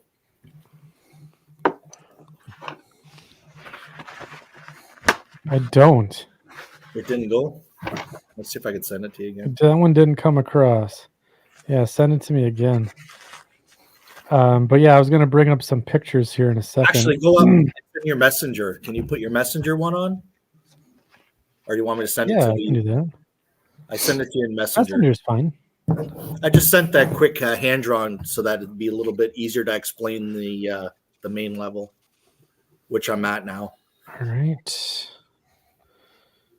All right. Must be taking its sweet time coming across. Just give me a minute. No worries. Oh man, it's slow tonight. I've done. I've been playing with AnyRail. I love the program, but I find once we actually put it into practical, it never always works out. No, it never does. Or Here, did you something. send it to the right person? Yeah. It was like Just sent you your name back to you. See if that works out. Yep. I don't have you like on virus scanner. That's bizarre. It's all right. We can go through some of the pictures and Yeah, let's take a little walk through your pictures here. So I just as a FYI, I did throw your YouTube channel into the chat here. And let's see. Streaming and present. Let's get some pictures up. Are these in any particular order? Should I go by the numbered order that they're in? I just kind of sent you like start from that the selector plate staging. So we're gonna go east from west. Okay. All right, It's let me mostly just the make sure staging got that I it all have here. right now, and This selector plate staging is unreal. So we're going to show this because this is really cool. Bear with us, section crew. All right, video, slide, share screen, window. Bow. All right, here we go. You guys see that? so I'm always a really big thinker, and I love to tinker and I love to come up with something new. So what I seen a lot of the European selector plates that they have, but it's the whole thing that moves. So Yeah. I wanted to kind of take that, but I was like, well, how can we make this so that not the entire table's moving, but I just wanted the swing track to work. Like I just came up with maybe it's not the original idea, but this is what I came up with to make mine work. So I've divided my staging into two. So I have an active staging yard. So let's just say we had all you guys over for an operating session. You would be running the trains that are on the active. So what you're seeing here is the passive staging. So I have, this would be like where I'm going to store everything else. I personally don't like anybody handling cars on and off the layout. I want everything that I have to be on the layout. And that way you'll have nobody doing like the manhandling, putting them into like a shelf or something. Like it's just my personal preference, especially when I go through all the task of putting in all the extra details and stuff. It's just something that has the potential to break off. I'd rather it just be having it put somewhere, and that's why I built all these tracks. So this is what you're seeing is all like just excess storage, and even stuff that the collector and me, that's what will be on these tracks. So before an operating session, I will bring the trains out. I will have them on the active staging ready to go. And it's like a shotgun for me to just push these out and send them to the active staging. You can go to the next one. So there's a question here. There's a question first before we get rolling here. It says, "Hey Paul, can you fit a full train on the single track sector plate?" So I have it holds about 18 cars, 3 locomotives, 18 cars. I usually just gonna break it in 2. Jeez. Just divide it. Actually, if in one of the other pictures you're gonna see, it'll hold a full train on the very top track. It'll hold a full train. All right, here let's get the next picture up here. So you can see the track all the way over to the one side. That's like a full track. I have just to park full trains on that one. Oh my goodness. So that's three locomotives and 18 cars. Yeah. That's awesome. So on top of this is going to be Green Bay, like Norwood. Norwood's going to be directly above this scene. And then directly above that one will be Black Creek, Mike. Gotcha. So what you're seeing, where you're seeing that open spot right there, I was going to design a handle to lock so that when the selector plate goes back and forth, it was going to lock into I was going to have this like block and kind of like a sharpened pencil kind of effect where you squeeze a handle and the pin would lock in to hold the track. But I have a friend that's a machinist, and he's talking about designing something that either like a stepper motor, so that like a thread rod through a nut, and the stepper motor will know each revolution to know which track to lock in at. So we're going to play with maybe some animation here that it just locks it in on because like the way the stepper will know exactly how many revolutions brings it to which track is on so that you'll just push the number, like say track 5, and it's going to automatically go down and catch that. Yeah, like a stepper with an Arduino. Yep. Yeah. So there's a question here from David Winter. It says, how do you keep from driving a train off the end? Well, every track can shut off. So once we back the train in, each track is actually going to it's going to look like a signal. So it's green, you're going to come in. As you're going through the track, it's going to occupy it. So then it's going to show yellow. And then right when you're close to the very end of the block, the train's going to go red, and then you can shut the track off. Each track is an individual to shut off. So, well, just caution would keep it from coming off the end. Yeah. So you could see the track to the. This is looking into it. Right. You can see where the selector plate is, and the one to the right goes to the full length track. There you go.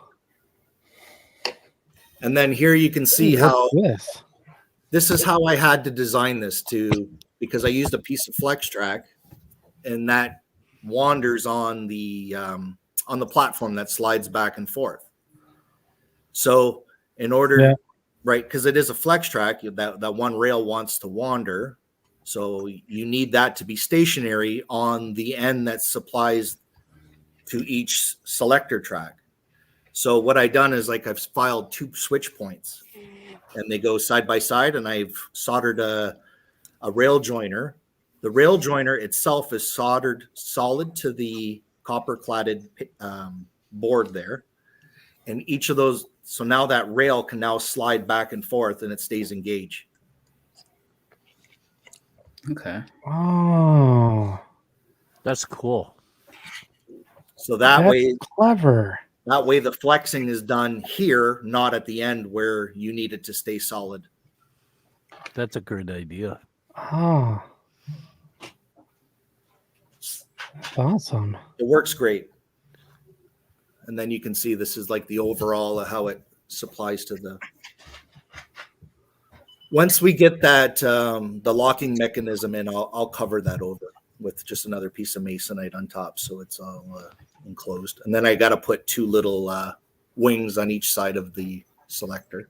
I'm still working there. Like I got to put the guide rails on each side of those PC ties too, where it matches where each staging track is. But you can see now it's heading. If we're looking down now, it's heading into the active staging. So the selector is the passive, heading into the active that's behind it. That's under the first level. Wow. So you're going to have lots of staging then.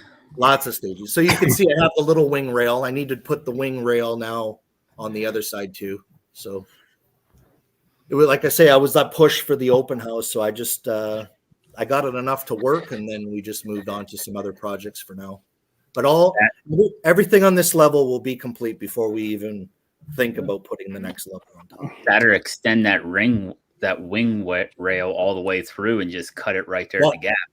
Yeah, it'll be just added to the other side. Both sides of the rail will be like Nice. that. That's awesome. That's a good idea. Well, it gives us, right? So, especially because it's going to be, how many inches is that height clearance, Willard? What do we got? Less than a foot. So, Oh wow, so it's tight. well, it's a little more than with the fascia.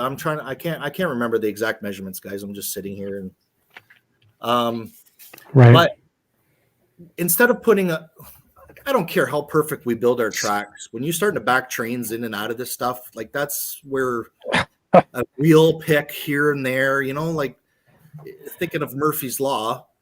So with this setup, once I have this all work, we're taking out all the worry of running through a bunch of switches and stuff and I can make way more room. By the time I put in a ladder of track, I'm cutting down how much train I'm going to be able to actually store. Yeah, because you got to, and true. the size switch that you use depends on how big that ladder is going to be. Right.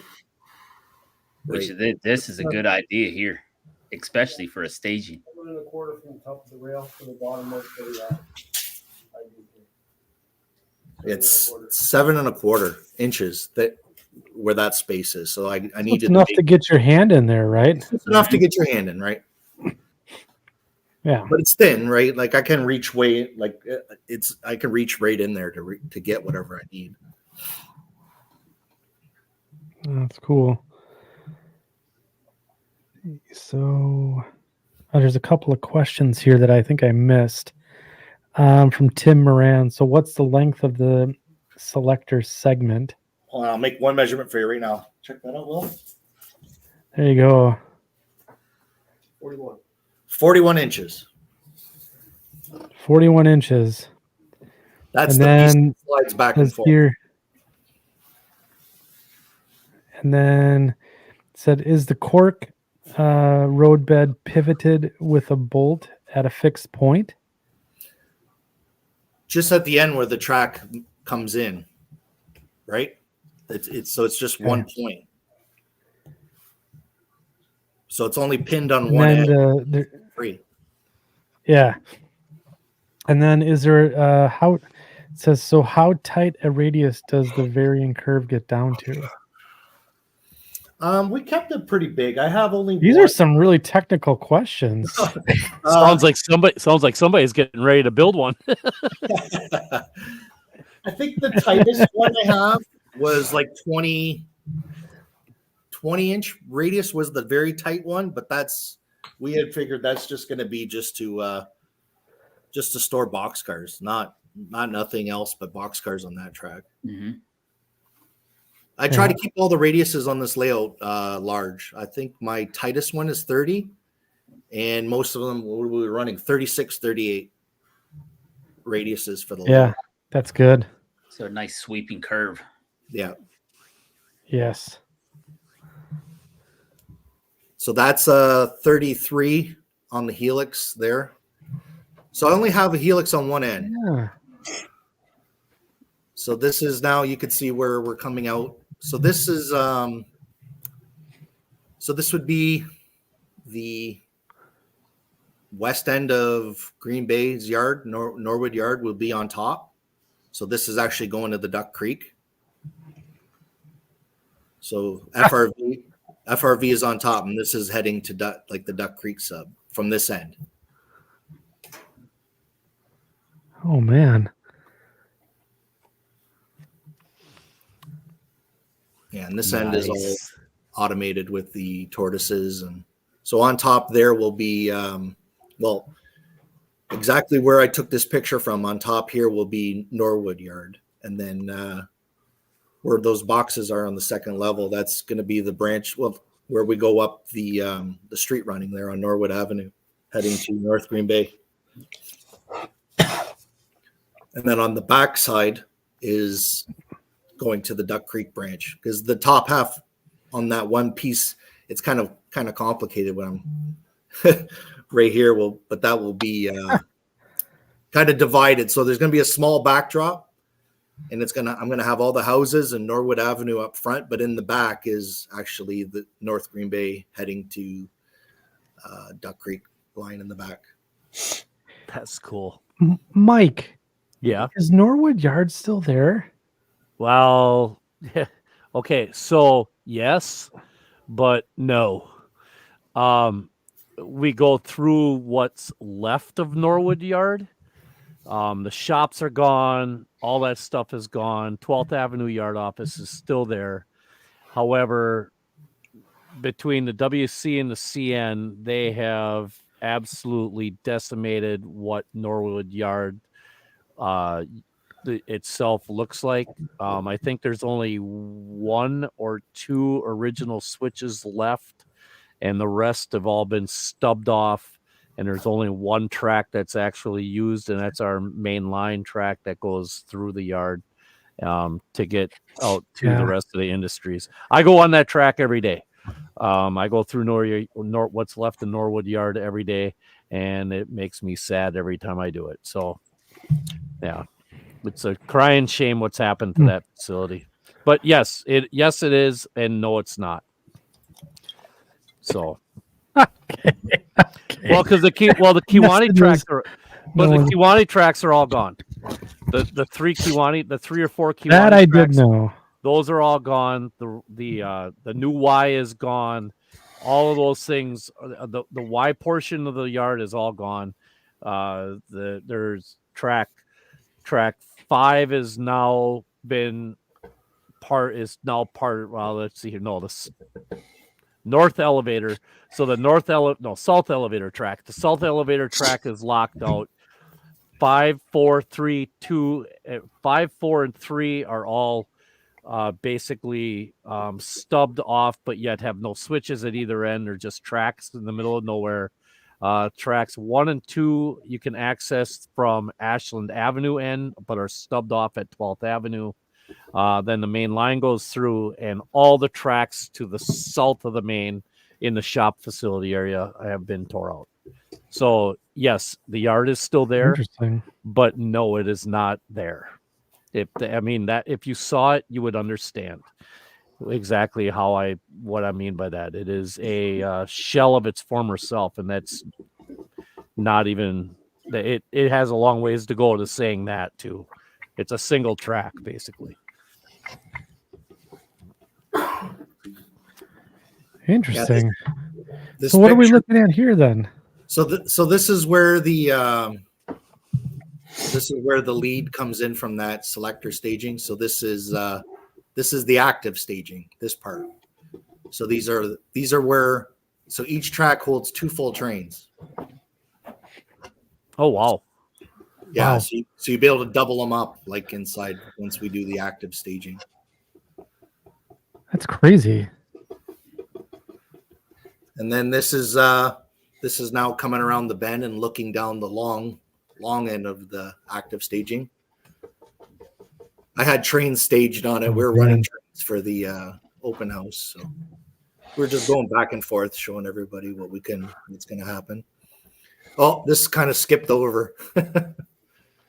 Did I skip one? It's kind of like jumping. Oh It's okay. heavens. It's all good. Let's see. Hang on. Let's see here. Those are the ones that I got. That I have. Just going through the pictures that I got sent. Let me pull up my email to make sure I grabbed them all. I just sent you 2, Mike. That's pretty. Andy. I just sent you 2 pictures.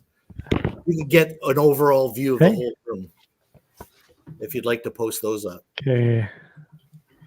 So those just came. Oh, I did get some. Yeah. Here we go. Now we're cooking with Now gas. you can really get the overall sense of the whole room, what we're going to accomplish with these Oh my pictures. gosh. Let me just stop sharing here and then we'll pull up the other one. This is crazy. This layout's enormous. Yeah, we're sick. We're sick. Facebook. Yep. That's it. That's it there. Holy cow. So that's like kind of like the overall. That's a room. That's awesome. Look at how the flooring's amazing. I I know know. that's what I shouldn't be looking at, but I'm just like, oh my God, that's beautiful. You're a carpenter by trade, though. I mean, it's, I'm not a carpenter. No, I'm talking about Andy. I mean, Andy's done a lot of cabinetry and No, stuff that like I've done a lot of woodworking, and so I appreciate that. Oh, that's how long is that run, Paul? So if I'm looking down the peninsula, how? 75? Yeah. Yeah, it was 75 feet. Oh my gosh! My house is kind of weird though. It's stepped because I'm on a corner lot, so it bumps out a bunch of times. Sure. It's a custom home, so it bumps out on, but like, so it's not a square room. It's really bumps out like what 1, 2, 3, 4 times. So to go wider. That's awesome. Yeah, 75 is the main run. I got 25 on this back wall. And then I got another 27 on the other side. Wow. So here's like the overall wow. from the other end. Are you serious? So it's the layout. If you see from this picture to the left, the layout's still going to come around those last 2 pillars. So it's going to be all the way there on the left-hand side. Yeah, it's going to come also around, and it's going to balloon around those 2 pillars also. It's going to hug that wall there. So you can see, you see the louvered door in the back. Mm-hmm. My closet. Yes. I'm going to have enough space to still get in the closet, but it's going to balloon around that side too. You're going to need to get an Uber just to go from one end of the layout to the other. I was gonna say, do you guys have little motorized carts? Ooh, yeah, golf cart. That's what or... you need to do is get a golf cart for instance. There we go. Go one down it. Yes. Yeah, there you go. That's a good idea. Oh my gosh. So we got a couple more questions, Paul. This is fantastic. If you guys could see this just end, a comment. 38 on the peninsula. 38. So where you seen that peninsula that's awesome balloon, that was actually going to be a hidden track, but we both agreed to just open it up and just make it like a little vignette scene going around that loop. We got that track super elevated, so and then you can see where I did some Yep, and then I cut some plywood. So I was a foreman at CN Rail, and what I've learned working on the railway, for every mile of track, we have 2 miles of ditch. So it's going to have ditch on each side of the track, and it's going to be pretty cool when we get it all ready and go to get. So Dan Leduc got a question here. How many boosters do you need to power this? Yes. So for the main, it's going to be 2, and then probably 1 more for the top. Wow. I'd swear you had your own coal-powered substation for that whole thing. Crying out loud. Jeez, That's dude. amazing. So you could see in this picture where the train comes down now, instead of having another helix at this end, it's actually going to be just a long continuous climb going up. Oh, yeah, that makes a lot of sense. So you can see where all the Nolix. wheels are stacked there. That's going to be the long climb coming up to the middle level. Wow. I'm so glad that you do the tools on top of the layout. So that way, when you're on the other side of the layout and you need the drill or the cordless drill or the level, you leave them in the same spot where I would leave them and have to walk all the way back and get them. That's great. Hard. I just love that because at least I feel like I'm not alone. That's how we get our steps in, right? Uh-huh. Yeah, right? Yeah, right. I hope this puts it more in perspective. wow. We've talked about the layout, It does. but at least this gives you more of an overall. Wow. I think if everybody actually from YouTube came and watched this episode too, they're going to really see how the layout is and where I've actually only been focusing at, right? Yeah. So that's another good point. So I think you all need to go and check out Paul's YouTube channel. I did post it in the chat. It's the Green Bay and Western Lines, and I'll post it again. So you do some really fun videos. I like your intro. It's kind of cute with the dog and all that. That's my best boy. Yeah, right. So and just the level of detail that you go into on each video it's really good. So, and I look forward to seeing updates because I get to see, the progression on the layout, and I'm excited now that I've actually seen like this length and how big your layout actually is. I'm pretty jazzed about this. So yeah, Paul Stamp and the Finger Lakes here, definitely will subscribe. I think everyone should go out and hit that sub for Paul for sure. And he does put some cool content together. So yeah, awesome. Yeah, Paul, thanks for sharing. Thank you. Thank you for having me. Go ahead. No, go ahead. No, I'm always, and it's just like, I'm just always a big thinker. No, you talk. And I'm always like, how can I just show? I don't want to hide nothing. I want everybody to see how and make something that looks complicated. I want to make it simple. So I want to show the world, like, it doesn't have to be hard, but it can still be technical, but it doesn't have to be hard. And that's like, I wanted to be like, we've talked before. I want to be the magician that shows you behind the curtain. I want everybody to see how things are done. And if I can make it easier for somebody, then I've accomplished my goal. Yeah, I've learned a lot just from your the weathering stuff that you've shared with us and all that, so you're helping us out big time. So I think we're at the point in the show where we should give away some stuff, huh? Finally. I know. Well, I was just like, this conversation's been so interesting. And I think it's time to give some stuff away. I don't know. What does the section crew think? Yeah, no. All right, fine. We don't have to. All right. Well, of course, We'll look at Mike Slater. Look at Mike Slater right away. Free Yeah, Mike stuff, Slater. yeah. He's all over the free stuff. Yeah, all right. Yeah. All right, So, Otter Creek. all saying right, do Otter it. Creek and There Rio we- Grande. About Yeah, time. do it. There we Yeah. go. Now they're Yep. all No, they're all no, here right now away. for the fun. Todd Yep. Armstrong. I like that. No. Just kidding. All right. Fine. All right. Well, So what we're fine. gonna do tonight All right, is fine, whatever. yeah. So we're gonna do 2 gift cards tonight for Engine House Services in Green Bay. Their website they revamped it. Totally looks awesome. And it's really easy to find stuff. So we're gonna do a $50 gift card right now.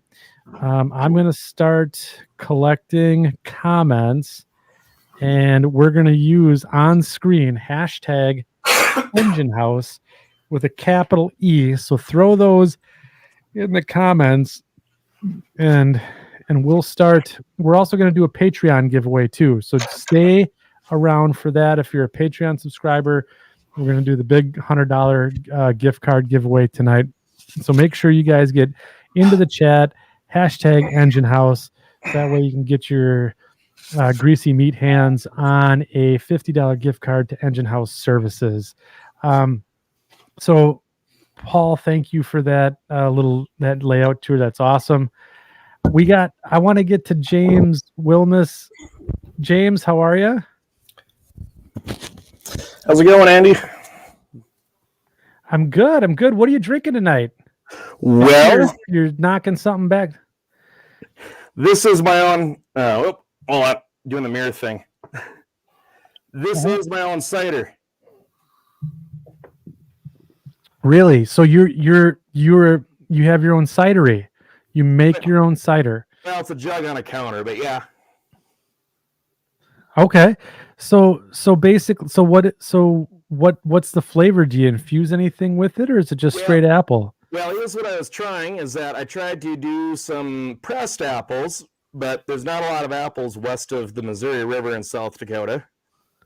I got a few from a friend East River, but what I ended up doing is I went to Walmart, got Musselman's apple juice, got some cider yeast. A couple weeks later, I had cider, and it's starting to taste good now. After how many? 3 tonight, but it's been about 3 weeks since I made the batch. Yeah. So and Mike Schanke, you're making your own wine? Yes. I got a back parcel. I have 3 grape plants, so even the plants and everything from scratch, right from the property. Oh my God. So you guys are making your own hooch. I love it. Yep. I absolutely love it. We'll say Mike's probably gonna go get a glass. I think my percentage might be a little off from what I calculated because I'm feeling it a little bit more, but Yeah. it should be 6%, it might be 8. I don't know. Look at what Shanky's got there. That's That's Looks a like good night. That's guy. one good night in that bottle right there. What's the percentage on that one? what is that? 12%. And Oh that's my why I'm a God. lightweight. What One is mic that? puts me to sleep, so this would probably kill me. I'm a very cheap Oh date. my gosh. So that's awesome. So basically the David Lee Murphy song comes to mind, Dust on the Bottle. When I saw that jug that you just brought up, that's great. Well, it's been in here since I tore the layout down and since I've done everything else, but I mean, she's been sealed, so it's good. Oh my gosh. I've got a bunch of everyone beer make sure you get in. I got a bunch of beer making. Go ahead, stuff. go ahead, I got Mike. one of those. I've got one of those big glass carabiners too, and they're not carabiners, but what's it called? It's called what is it called? There's a Carboy. name, Carboy. Yeah, I've got a big glass Carboy over there too, and I should start trying to make something either. Make a second Oh my section. Sex. Yeah, sexy section. Yeah, sexy section. We should make Sexy our section. own brew here too. That'd be awesome. It'd be Well, I a will way say- to brew with the crew. Yeah, cider and wine is really easy Yeah, compared to beer anyway. yeah. So when did you start making your own cider, James? Well, this is actually my first batch, so the fact that it's drinkable, I think, is a testament that I can probably improve a little bit, but, I'm not dead from it, so Yeah. that helps. Yet. Yeah. Yet. So what are you working on tonight? It looks like you're working on your layout too. I know, it's been a hot minute since I've been on the show, hasn't it? Gosh, Yeah, it has. We talked about 3D printing. I think we talked about Yes. it was maybe you and Bernard Yeah, it's back first in the day, season. and you were. Yep. Yeah, Yeah, that been a while. it was that internet connection. Remember that one? Kept cutting out. I had to go reset the thing. Oh yeah. So You were in the middle. You were in the middle of South Dakota, or like you were in like the boonies, oh yeah, and well, you had your phone, yep, yep, and right you were next to in the this Cinder hot Light. box, and yeah, right, right, and you stayed on as long as you could. That's when we were doing the 4-hour shows, and you stayed on. Then your phone Yep. went dead. So yeah, Yep. I remember that. Ugh. Well, the good news is Yeah. I don't have to rely on a cell phone anymore. We got this thing, West River. I don't know if you guys have heard of it. It's called high-speed internet. No. It's this Oh. great miracle of modern Oh, yeah. technology. Wow. We have that too. Just Really? got it. Yeah. I didn't know what they had these towers that they're putting up, and then they're running these cables under the ground all over the place. I didn't really Yeah. know what it was, but Yeah. I thought it was like a telegraph wire or So what- something. But apparently, it's internet. And then that's fantastic. So what are you working on back there? So you're doing backdrops. Yes, I'm working What's on your my layout? layout, What's which your layout? I finally have a layout of sorts. Yes. All right. All right. What so tell us the story here. What's the layout all about? Sure. Is it HO scale? Oh, we model in present, or Sure. back in the day. What's going on? Well, I should preface this. So, internet's working fine. Computer might lag a little bit. The reason why I was so late onto the stream is that my newer laptop had a broken webcam I didn't realize was broken. Oh, So sad I day. got onto the old one. The camera's working, but if I lag a little bit, that's why. But I shouldn't, go away or anything. But Okay. to explain, I'm currently south of Rapid City, and I ended up renting a 1978 split-level house. There you And I go. started building a layout in the basement. Now, since it's a rental, I can't do any modifications. But I'm modeling in HO narrow gauge. I don't know if you guys can really see that. This is HON3. Here, let me get you on the big screen. Yep, Hold on. let's Give do me a that. hot minute here. There we go. There you Perfect. go. Oh, that's Cool. cool. That's pretty. So this is a bare bones basic brass Spartan series engine. I think it's FED is the manufacturer. You can pick them up for about $250 a piece, and they do in fact work most of the time, although they're not the smoothest runners. But It looked pretty. oh yeah, they're a very beautiful engine. And Andy, if the time comes, I sent some photos to you through Messenger so that you could maybe use those as reference. But what I'm building here, Yes. the mirror imaging's a little bit weird for me. What I'm building here is a sectional. It's a sectional layout. It's in 3 pieces. It's in a big L shape that takes up about 8 by 12 feet, and it's right in the middle of the main basement room. So if you look there, that's the backdrop that I'm currently working on. There we go. Now I'm level. There you go. And I'll back myself through it here. The idea is this is a complete walk-around layout. And nice. here's my one section of finished backdrop. So this is pure Black That's Hills. awesome. The Oh, that road looks really is- good. Oh yeah, I don't know what I'm doing, but But I'm doing it really well. I'm not qualified for this, but apparently I'm doing it okay. So, point being, this layout is to model what's called the Black Hills and Fort Pier. It was a railroad that existed from about 1880, give or take, until 1930, and its sole purpose was to feed lumber to the Home State Gold Mine in its early years. Oh, wow. So looking back there, that's what I would call the double deck section. What's supposed to be on the lower level is going to be 4 tracks of staging. And then on the upper level, there's going to be a big log landing. Then the logs are going to come down through this section, which I'll give you a new angle on. But it's a switchback on a branch line. That's going to descend into the only town I'm going to actually model is Nemo, Nemo. You know, just like the fish. Like the fish. Yeah. Yeah. But it's an actual town. And it's going to run through this junction. I'm going to have one loop to allow for continuous run, but then I got 2 branch lines on the staging area that do the operations.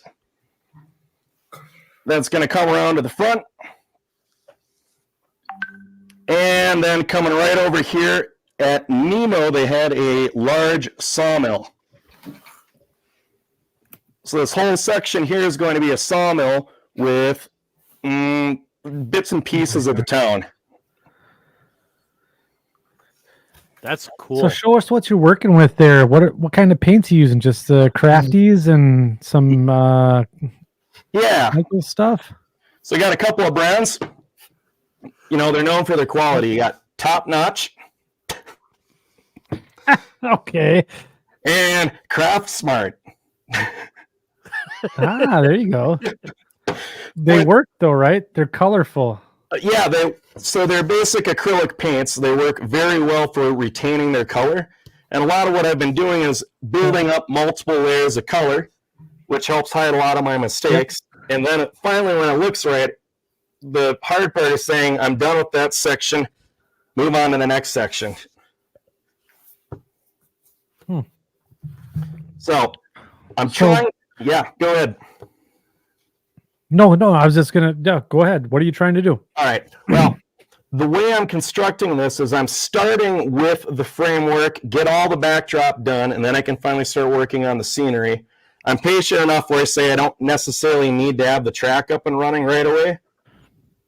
So I'm hoping to have it done this year still, at least the track part. Yeah. Well, it looks like you're cruising right along. So before we get to the pictures, we should probably give away that gift card, right? Go for it. All right, let's do it. All right, we're going to do it. Can I win? So no, you can't, Mike. We got 50 entries in for the $50 gift card. We're going to bring it up here. Nope. We're going to hit the draw. Here we go. All right. And Randy Timmerman's in here? I'll be damned. Ooh. John Haney and the CNO Piney River and his fantastic modeling. Congratulations, John, on winning the $50 gift card from Engine House Services. Well done. That'll let me just write that down. John, if you wanted to send me a direct message after the show with your email address, I will get that out to you post haste. All right. Very cool. Very cool. All right. So, James, you've sent along a few pictures. Yes. That we want to take a quick peek at, right? Yep. Might as well. Might as well. Annotate them. Yeah. My computer decided to not be cool with anything. All right. So let's do some share. Hey, I haven't lagged out yet. We're doing good. My brain's starting to lag out after the beer. So speaking of, there it is. There you go. Get your 4th canister of the goodness. So this is that locomotive that you had just have, and so we got this picture of this cloud structure behind us. Yes. Take us through where this is at. So this isn't an exact location. It's kind of an amalgamation, but where it's supposed to represent is the northern Black Hills. So this is going to be, if people are not familiar, southwestern South Dakota has a mountain range, believe it or not. That's the one with Mount Rushmore on it. So should be easy to find for most people. And you can kind of divide the hills along that line around Mount Rushmore, where you have the southern hills that look a little bit different from the northern hills. The southern hills tend to be a little sunnier, a little bit drier. I don't think I have a picture in there of that, but it's not really relevant to this layout. The northern hills tend to be a little bit wetter, a little bit cooler. These hills, they're bordering Wyoming, and then there's also a little bit in Montana as well. So you get weather systems that come through. And what I wanted to represent was kind of an early autumn where you still had thunderstorms rolling through. Yeah, very nice. Very nice. Let me throw the next one up here. Yeah.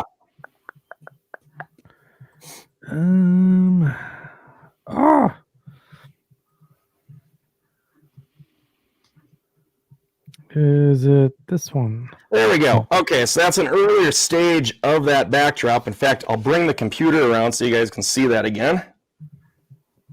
If you wanted to switch in and out. Yeah, let's do the old stop screen, rescreen. Yep. There, so that's about what it looks like now. And you can just tell the amount of layering I had to do in different colors to get it to look right. Geez, James, that looks really good. Yep, well, and this took me probably about 5 days straight in the evenings to get all the layers together. But I can walk you through some of the species of trees. I think I put some posts up on the Facebook group about making these a while back. Yep. This is all back in like July and August. So the most dominant tree species in the Black Hills is ponderosa pine. That's what you're looking at. And the Black Hills around the turn of the century in 1900, they didn't have the same tree density. It was a lot less dense. So one of the challenges is going back into different pictures and trying to figure out how many trees should be in a scene. So I have a question for you. Yeah. Did someone want to jump in? Yep. So the question that I had was do you have any like photos from back during the era that you're modeling? Sort of. I think I might have been able to share with you some historic images, although if not, I will pull up my phone again and I'll see if I can resend them. But you did. Yeah, I see. There's a couple. Yeah, the Black Hills in Fort Pierre, believe it or not, did have a fair number of photographs to it, partially because it was owned by Home State Gold Mine for the first half of its life anyway. Later, it was the Burlington bought it up, and I imagine they had quite a bit of photos then, too. I have some historic photos of the tracks being taken up later by the CCC. This railroad, it went bust in about 1930.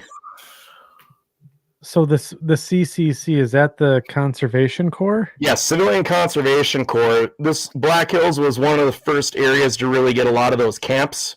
In fact, we got a couple of museums up in here about CCC. But if you think about the Black Hills back then, it was a big tourist mecca too, and the roads were only just starting to be built. So you had the Needles Highway.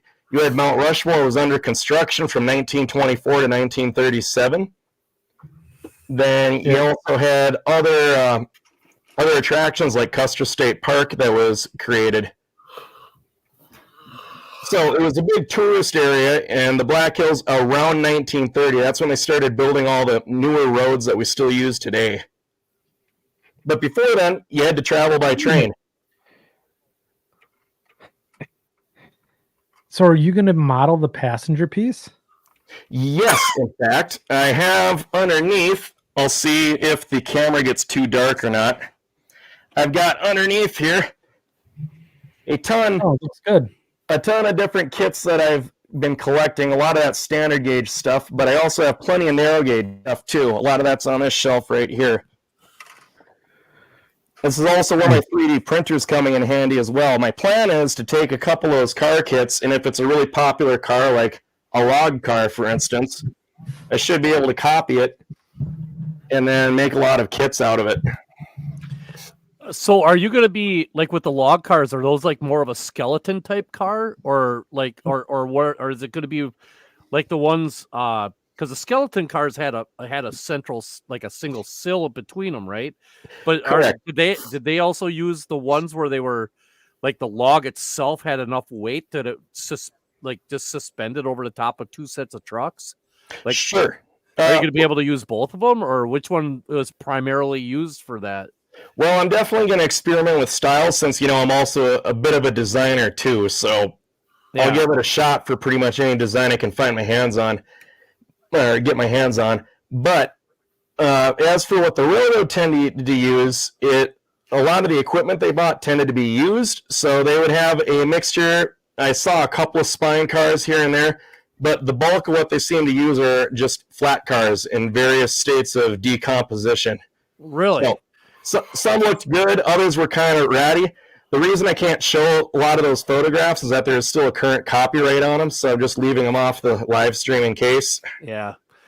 Yeah, so like the power itself, like your steam engines and stuff like that, were those wood-fired or coal-fired? Well, and here's the thing about the Black Hills is that the steam engines first, when it came into the hills in the 1880s, they were wood-fired. In fact, the first steam engine in the Black Hills had to be carried over by ox cart from the Missouri River over 200 miles to the east. No kidding, really? Yes.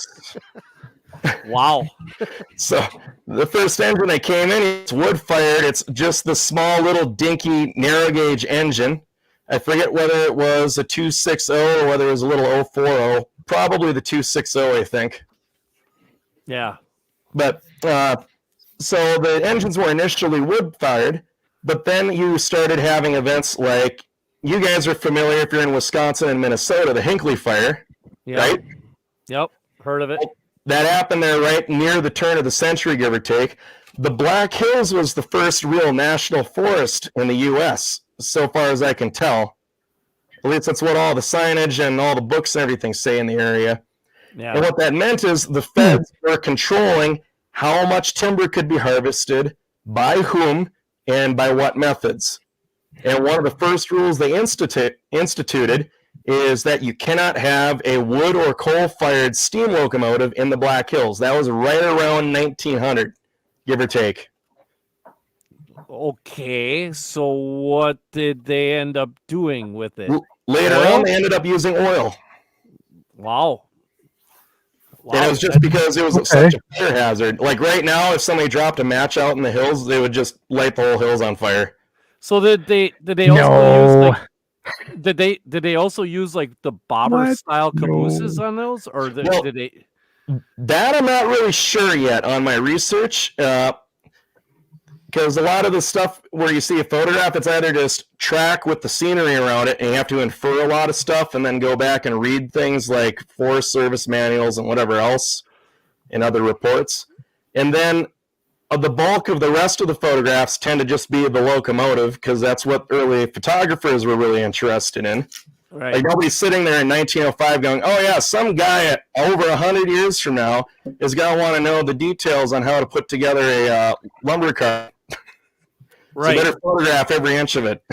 What about looking at photos of towns themselves, of the towns themselves, like, and just being able to see something maybe stuck in the background a little bit? You know, have you been able to find anything like that or evidence? Well, this is what's really nice. This is one thing I haven't shown you guys yet, is that I have a library that I've been collecting, and a good number of that stuff there's plenty of magazines and such, but there's also historical books about the Black Hills. And I'm good friends with and I help volunteer with an author for Black Hills Railroading. His name is Rick W. Mills. He's published a few books in the area. You might have a couple copies. He's a big C&W fan. Love that. Won't hold that against him. But for instance, okay, so this was sawmilling. Good, easy book to find. Here's another one. Sawmills of the Black Hills by, what was it? I think it was Martha Lind. That's cool. Then there's some others in here, but I'm not going to try to find them really because they're smaller books. But what's really nice about the Black Hills area is that a lot of people in the area take their history and heritage quite seriously. Yeah, sounds like it.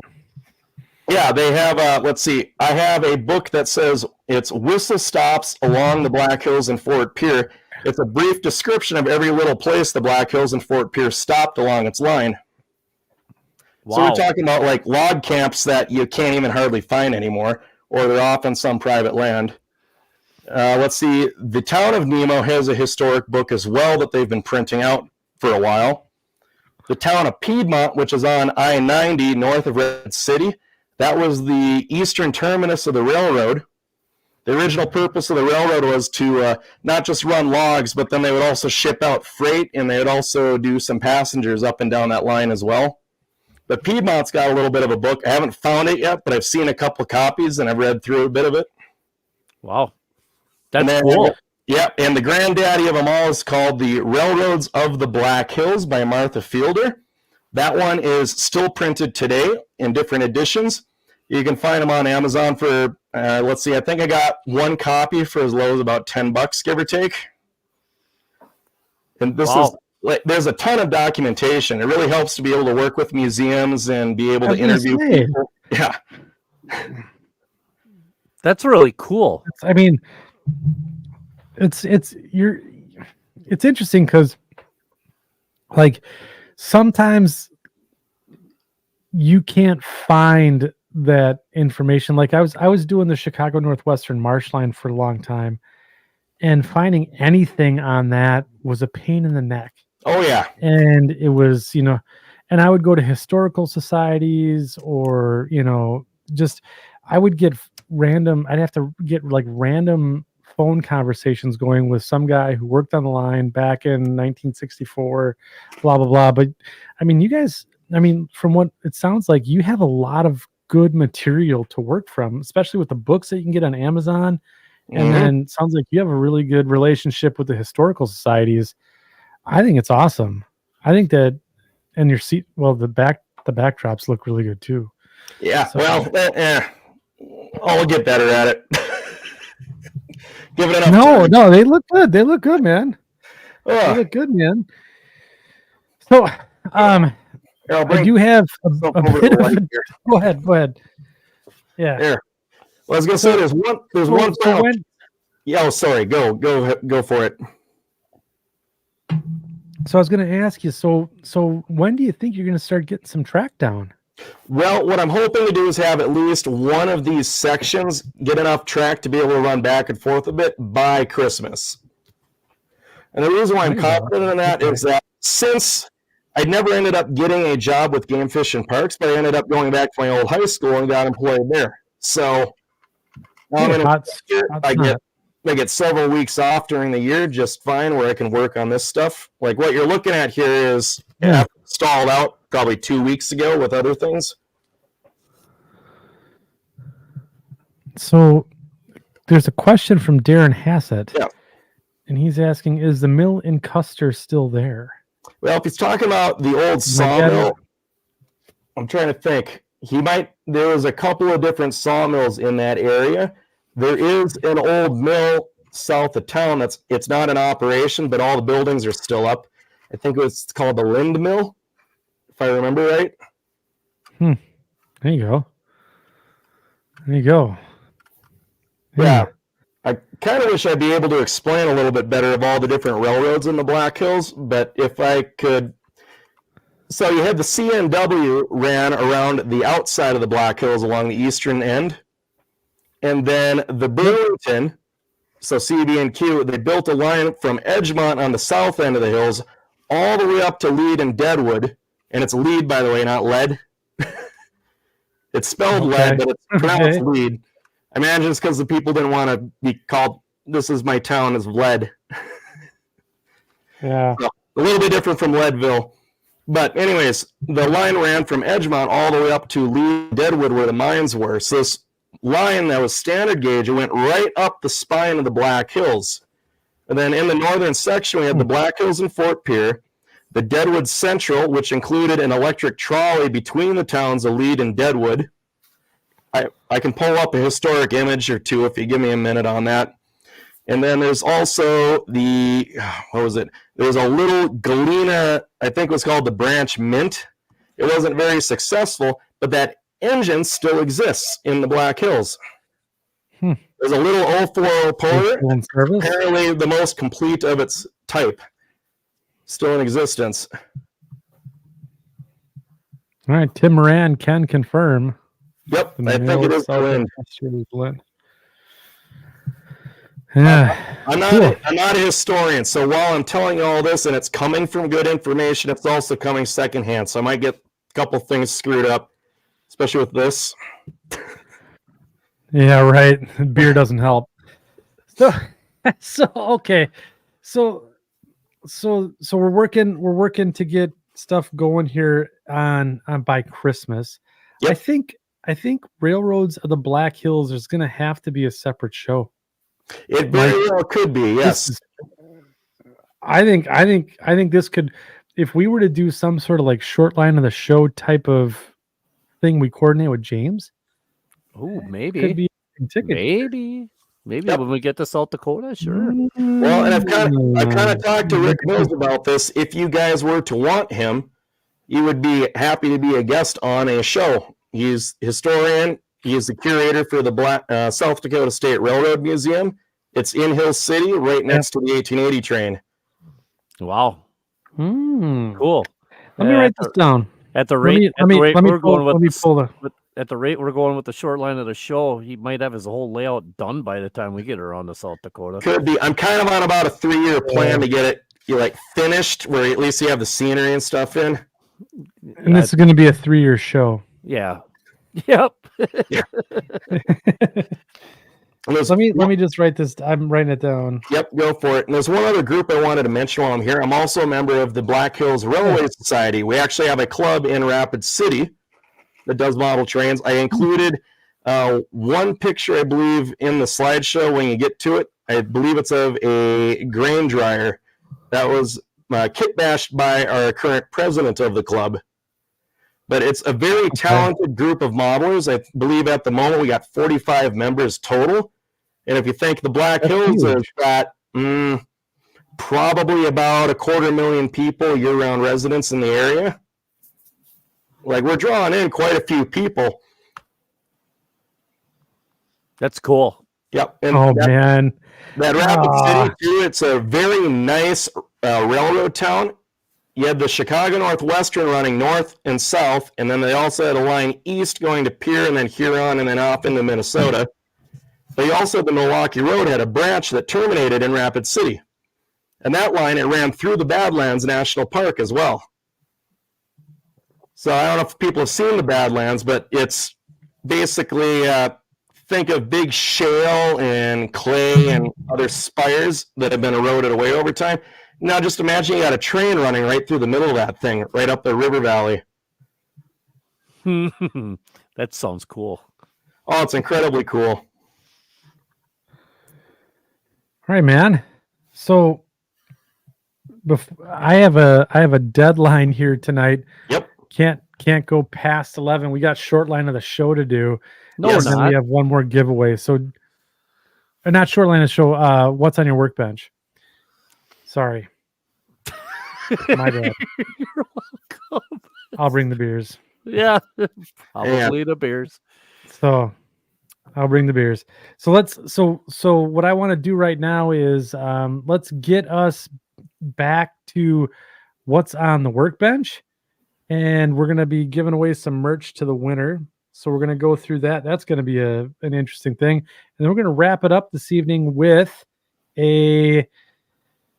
looks like we're going to do another drawing for the Patreon giveaway. So let's get to it here. I'm going to do some stuff and things. And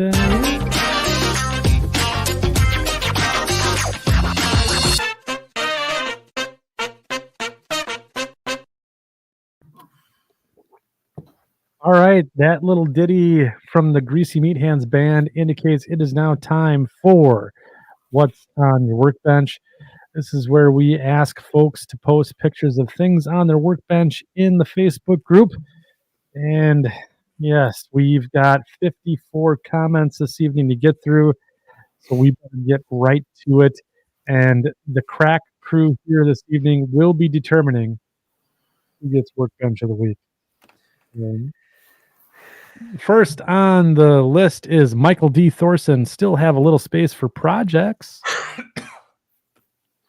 Look at the size of that hopper car. Holy cow, it's the size of the desk. I'm imagining he's modeling in O or G. I'd say G Yeah, I would say that's or something along those lines. That is huge. And then does he have is this a Minnesota commercial Kind of looks up like it. there in the corner? Looks That like looks it. like something neat. Yeah, cool. All right. So next on the list, Nick LaRusso. I'm currently finishing the SF Widow Southern Pacific SD7 5318 in Black Widow paint with tiger stripe lettering. Ooh. Those SP SD7s and 9s were always good looking. All right. Robert Pettit, not necessarily workbench of the week. This is my new layout space. Hey, all right. Got the tools in there. We're ready to go. Let's see what we got here. Oh, Joe DeLusso, slowly working on my first corporate paint scheme for my future short line layout, the Cape Fear Terminal. The custom decals were made by Tim at Industrial Belt Railway. This will be one of 3 locomotives that will get the black dip paint along with the yellow lettering, which was based on the short line Grafton and Upton Railroad they had before getting former CSX and cab switchers they have now. All right. It's a good looking engine there, Joe. Oh boy, people are just, I can see them posting.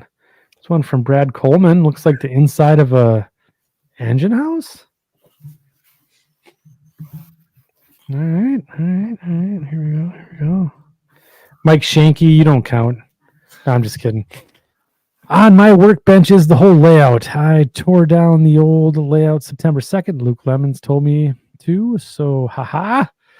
Since then, I've painted the ceiling and finished the exterior walls, put up new carpet, built the deck, won and wired every piece of track, and then built deck to which I am currently wiring.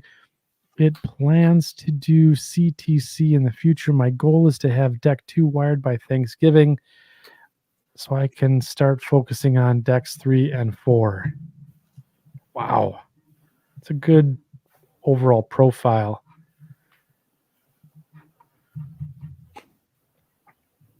All right, let's see here. We got Andy Lavergetta. The whole room is currently my workbench as we've moved in about a month ago. I've moved stuff around in the layout room to get enough wall brackets up and started using brackets as temporary shelves as I get everything unpacked in the train room. Need to make room for tables for my son's brio, which is important. All right. Boogity, boogity, boogity.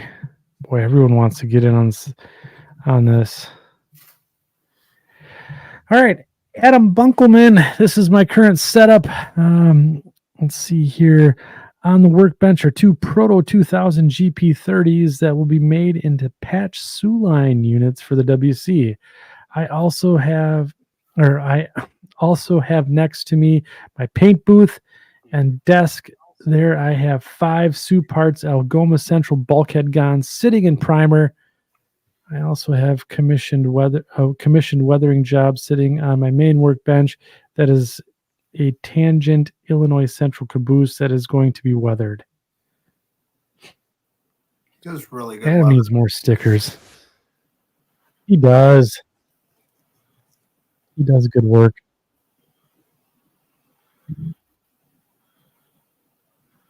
No, Facebook's being wonky tonight. I can't get in and do like go through everyone. It's frustrating. Benjamin Thomas Zahner got the corner of my KCS Baxter Springs layout ballasted and scenic, but ran out of ballast at the same time. I've been there. Slowly getting the layout ready for the spring train show in Spanish Fork, Utah. Nice. Good, Benjamin. You ever run into ballast, Mike? All the time. Then you're always worried whether or not you're going to get the same color. Like if the color is going to, you buy the same number, but for some reason it doesn't come out the same color. You know what I mean? Yep. Yeah, it's like they pulled it from a different quarry almost. It's frustrating. All right, Randy Doman, building number 12 switches for a river rail layout. Which river rail layout? Number 12s are huge.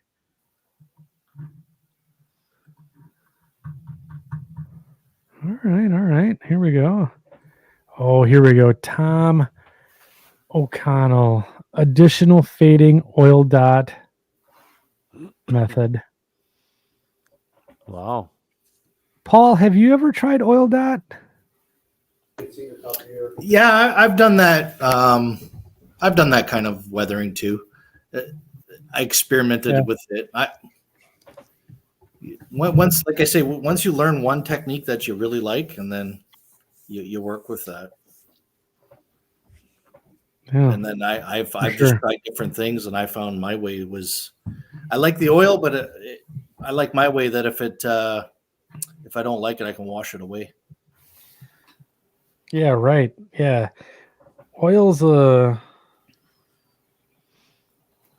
it takes so long to dry. Bit tricky. It takes a long time to dry. You know what I mean? Mm-hmm.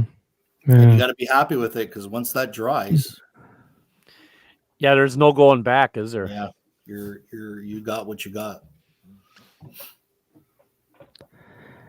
Todd Stevens, it's filthy. It's filthy? Question mark? I'm gonna add the question mark. I don't think it's filthy. That's an awful lot of green. It has a little bit of dirty, filthy. Yeah, can we gotta zoom in here, right? That's not filthy. That's just suborganized. Lots of room. There's all sorts of room on there. There's lots of room here.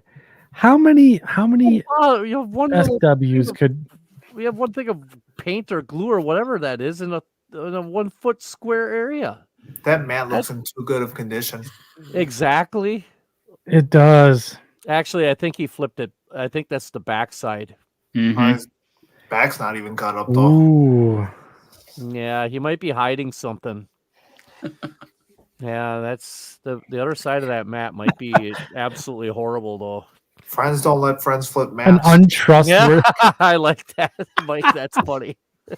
This is an untrustworthy entry. Yeah, what are you trying to Workbench hide there, Week. Todd? That's what I want to know. What's going on, Todd? There's all right. It's been a little bit of everything. My forever project, the IC SW14, a GP10, a branch line 50-foot Berwick boxcar to be painted to WC. Miscellaneous parts, pieces, glues, and tools. Oh, and the Yardstick Central is my test track. Wow. I don't know. I don't think that's filthy. I mean, he should really see mine. That's kind of goes to filthy. Yeah, that's not great. Bryant Clyde, N-scale ore cars and number 7 turnouts. What? Look at N-scale how ore cars. small Where those are they? ore cars holy are. cow. They're over here. They're small. Those are teeny tiny. Yeah, There's but you know how owl many you there could behind that picture. you know how many of those you could put on a print pad to 3D print those? It's true. A boatload. I'll bet what's you the you could deal get with the 20 of them on JFK there. picture? A what? They're the picture of JFK in the back of his workbench. All right. There's all right. still an awful go. lot of room there. There is, yeah. All right. Let's peel on down. Oh, this is fun. Alex Mantle. I can't seem to only work on one project at a time. I'm in the final stretch of this Atlas RS3 that I've painted and decaled for GMNO, and I'm installing and sound and remotoring this P2K GP7 for my freelance Chicago, Denver, Northern. Interesting. The Denver route.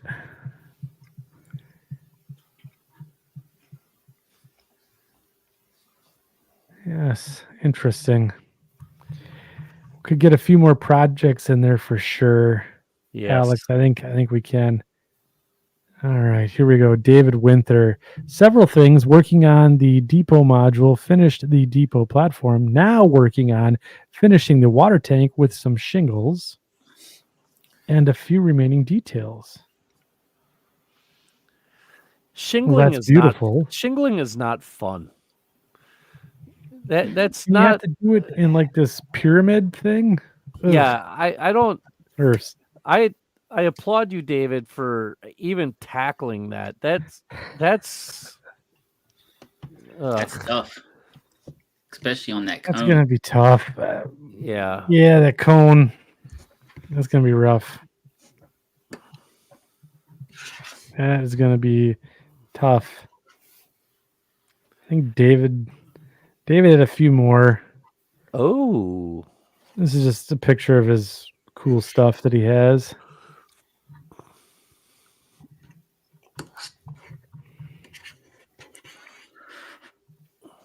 Oh, I like the doodle. Oh, bug. there's That's his. Yeah, that's the cool. doodle bug. Yeah. Yeah, that's cool. Nice job with the decking on this depot.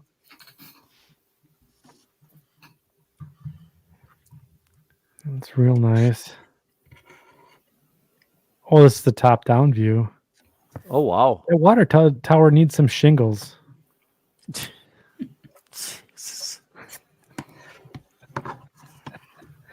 All right, this is where it gets out of control. All right, Thomas Austin, GP38-2 soundtrack Blue installs F7Bs, lots of Jenks Blue. Wow. He must do a locomotive a week. This guy is just crazy with the Mopac locomotives. Still not seeing Workbench of the Week material, though. Thought we would see some real disasters coming into the... Like this. That's more like it. Now we're talking. Just hell with this is that. the example we need to follow. That's more like it. Thank you, Tony Dixon, for bringing some sanity back into what's on your workbench. Yep. This is amazing. We have all sorts of models in various states of disrepair. There's maybe 4 or 5 square inches of usable space on the bench. This great use of the vertical with multiple projects strewn about. Yeah. I love it. Tony might be our first 2-time winner of what's on the workbench. Yeah.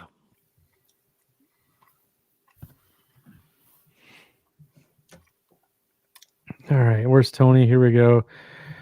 Randy Relander, usually a lot more clean than this. What? Fighting with swapping out body mount couplers on a set of N-scale Athearn metal frame rail box cars, grinding off the draft boxes, drilling, tapping new holes, plus various other projects in progress. Resin printer enclosure, tent, and exhaust system on the left. Whoa. It's a lot of space, though. That's a lot. A lot of space. Yeah.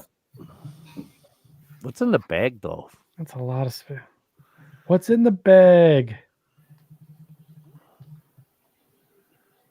Can't really tell. He doesn't want you to know. Maybe Yeah. dinner. But yeah, good point. Maybe it was Yeah, there you go. That was leftovers. dinner. Yeah. Yep. All right. Oh, here we go. Joseph Ginto. We expanded the workbench so that my girlfriend and I can work together side by side. There we go. That was very nice. Still too clean Way too clean. and No, but organized. not- There's no room for organization like this. Now it's evidence every time. Batman you in the try to back? I don't know. Yeah, that's Batman. Mm-hmm. That looks like Batman. He's got his high vis vest here, though. That should get a point or two, right? Sure, but look at all the space that's open. It's like, yeah, no. All right. Batman, I thought we'll give him a point for Batman. Oh, here's a good one. Dan LeDuc, I started to bulge panels on bathtub gondolas, a Butch Eiler technique using 5,000th thick styrene, and result is just wow. That's kind of crazy cool. good. Mm-hmm. That looks really, really cool. That is really good. Whee! All the way down to this is what we're looking that's getting for. closer. That's getting closer. We're getting closer. Peter Moyle. Greetings all. Lately, I've been rebuilding a couple of Atlas SD35s. Out of the box, I could never get them to run properly. Been there, done that. Now I'm getting new TCS sound decoders, and one has a Proto 2000 SD9 shell.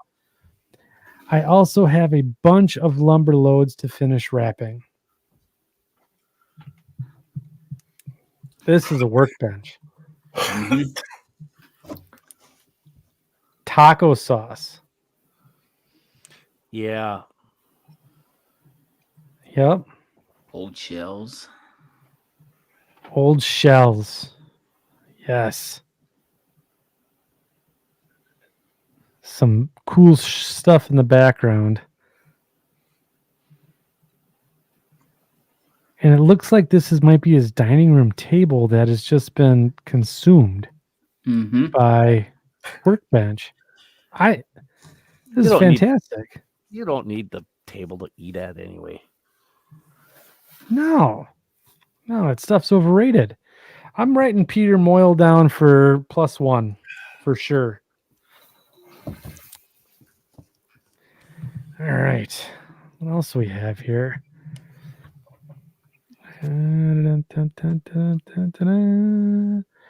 Oh, these are just nice. Philip Herman, conifers, 128 done. 1,872 to go. Wow. Ooh. It's looking good, Phil. That's good. If you got a few extra, throw them my way. I'd take them. Tim Hamilton. There we go. Scratch built former C&W, now UP swing bridge, crossing the Mississippi River into Clinton, Iowa, in N scale. Wow. Holy shit. This is awesome. I want to know if it's going to rotate. It looks like it It is. looks like he's got the bolster down here set up. Oh my God. That would be cool if it actually rotates. Tim, you got to hit us back on this. This is amazing. And all made out of styrene, man. too. Yes. Don't be afraid to put a few freight car projects in here in the foreground. I mean, I see you're working with the drawing on the glass and all that, but get a couple in there. All right, let's see. Oh, no, I totally ruined everything. 60 comments. Oh, shit. Now we've really done it. All right, here we go. Dun, dun, dun, dun, dun, dun, dun, dun. Nothing like keeping up to date on your Facebook feed. Here's Kevin J. Tully. He was just on the show. Yeah. Just showing off some of the work that he's doing. Dang. It's awesome.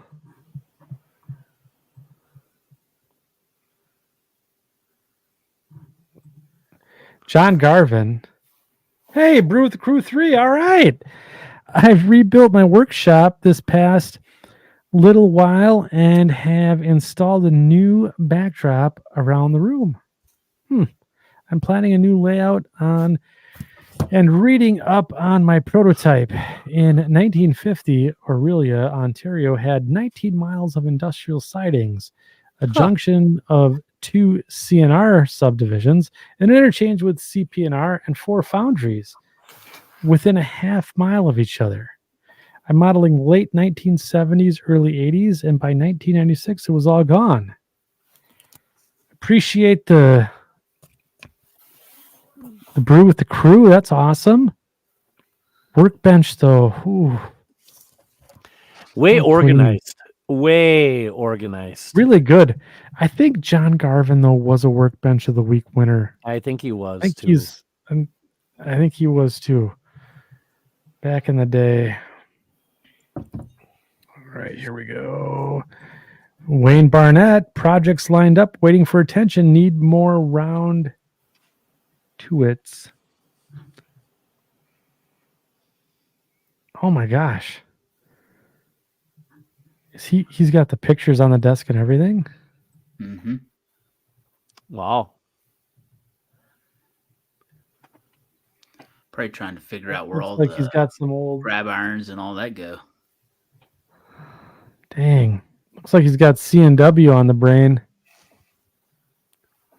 Yes, sir. All right. I'm still holding on to Mike Slater. Here we go. Another Workbench of the Week winner. Oh, this is a workbench. Brew with the Crew, bottle of Schlitz. Oh, dang. You know there's some taco sauce in here somewhere. Good use of the vertical, random shells. Gotta like it. Milwaukee Road. It's a good example here.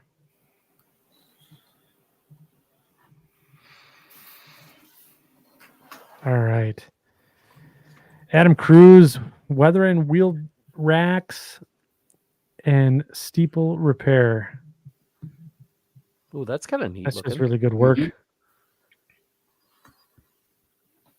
I like that. Adam was on earlier. He had to go to bed because we ran long. John Haney, winner of the $50 gift card, finishing up my very first scratch build project. A truck dump coal loader made mostly of evergreen styrene, pieces of a Walther's kit, basswood, some Campbell corrugated aluminum. Last step, building the truck ramp. Dang, Nice. that's amazing.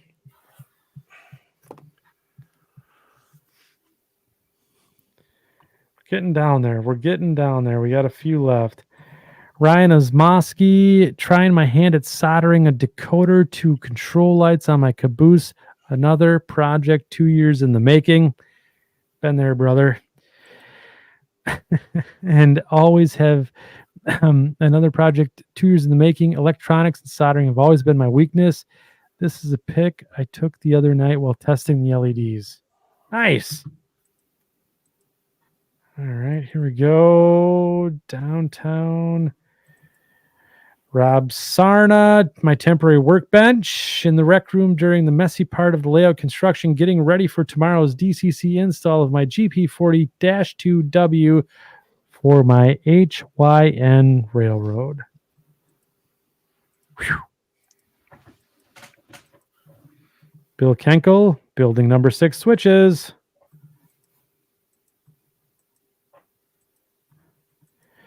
David Piercy, just finished up my HO scale Colonel Davenport Hotel.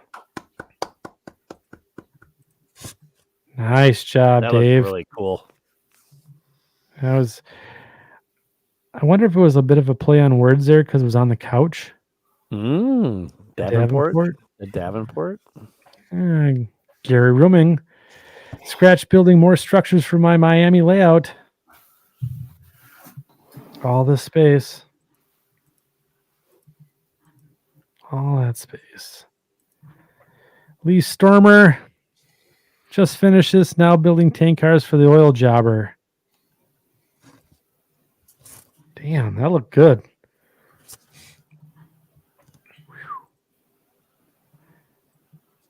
Here's the workbench, though. Ah, Lee, now you're holding back. Good use of the vertical.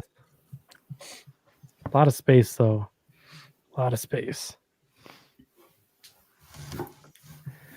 All right. It's our last one.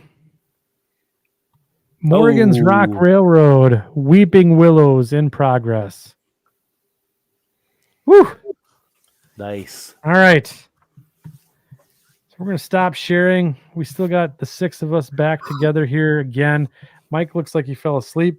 Nope. So now we have to make a decision. Who's going to win? Who is going to win? Workbench of the week. We've seen a lot. I really like Pete Moyles. I do too. Yeah. Anyone else? I like Slater's nice big pile of stuff. Mike Slater. Everything was that is a good pile of stuff. The multitude of projects. And Osmosky says, does Mike get extra points for the Schlitz? Yeah, there's a special place Will for Pearson people that says drink yes. that stuff. It's usually next to the toilet. Yeah, exactly.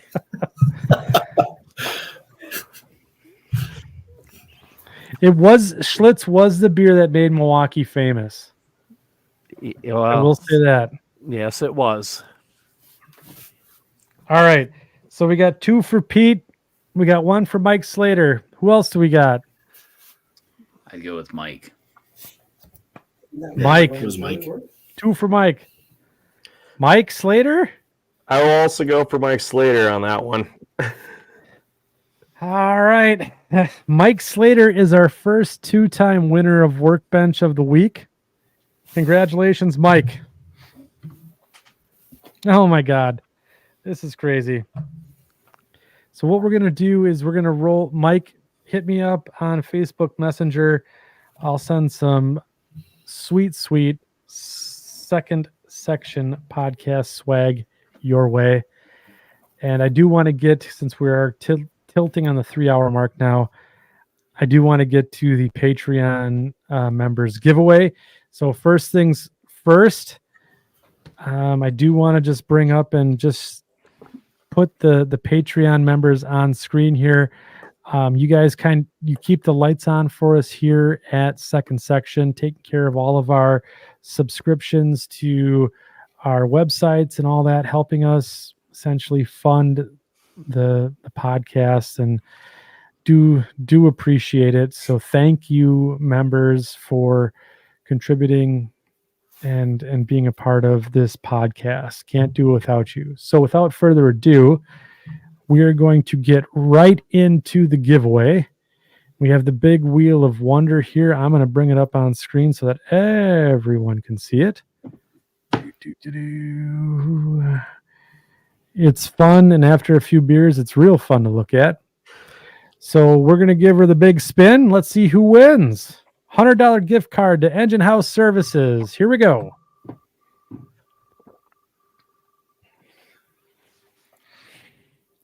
Dun, dun, dun.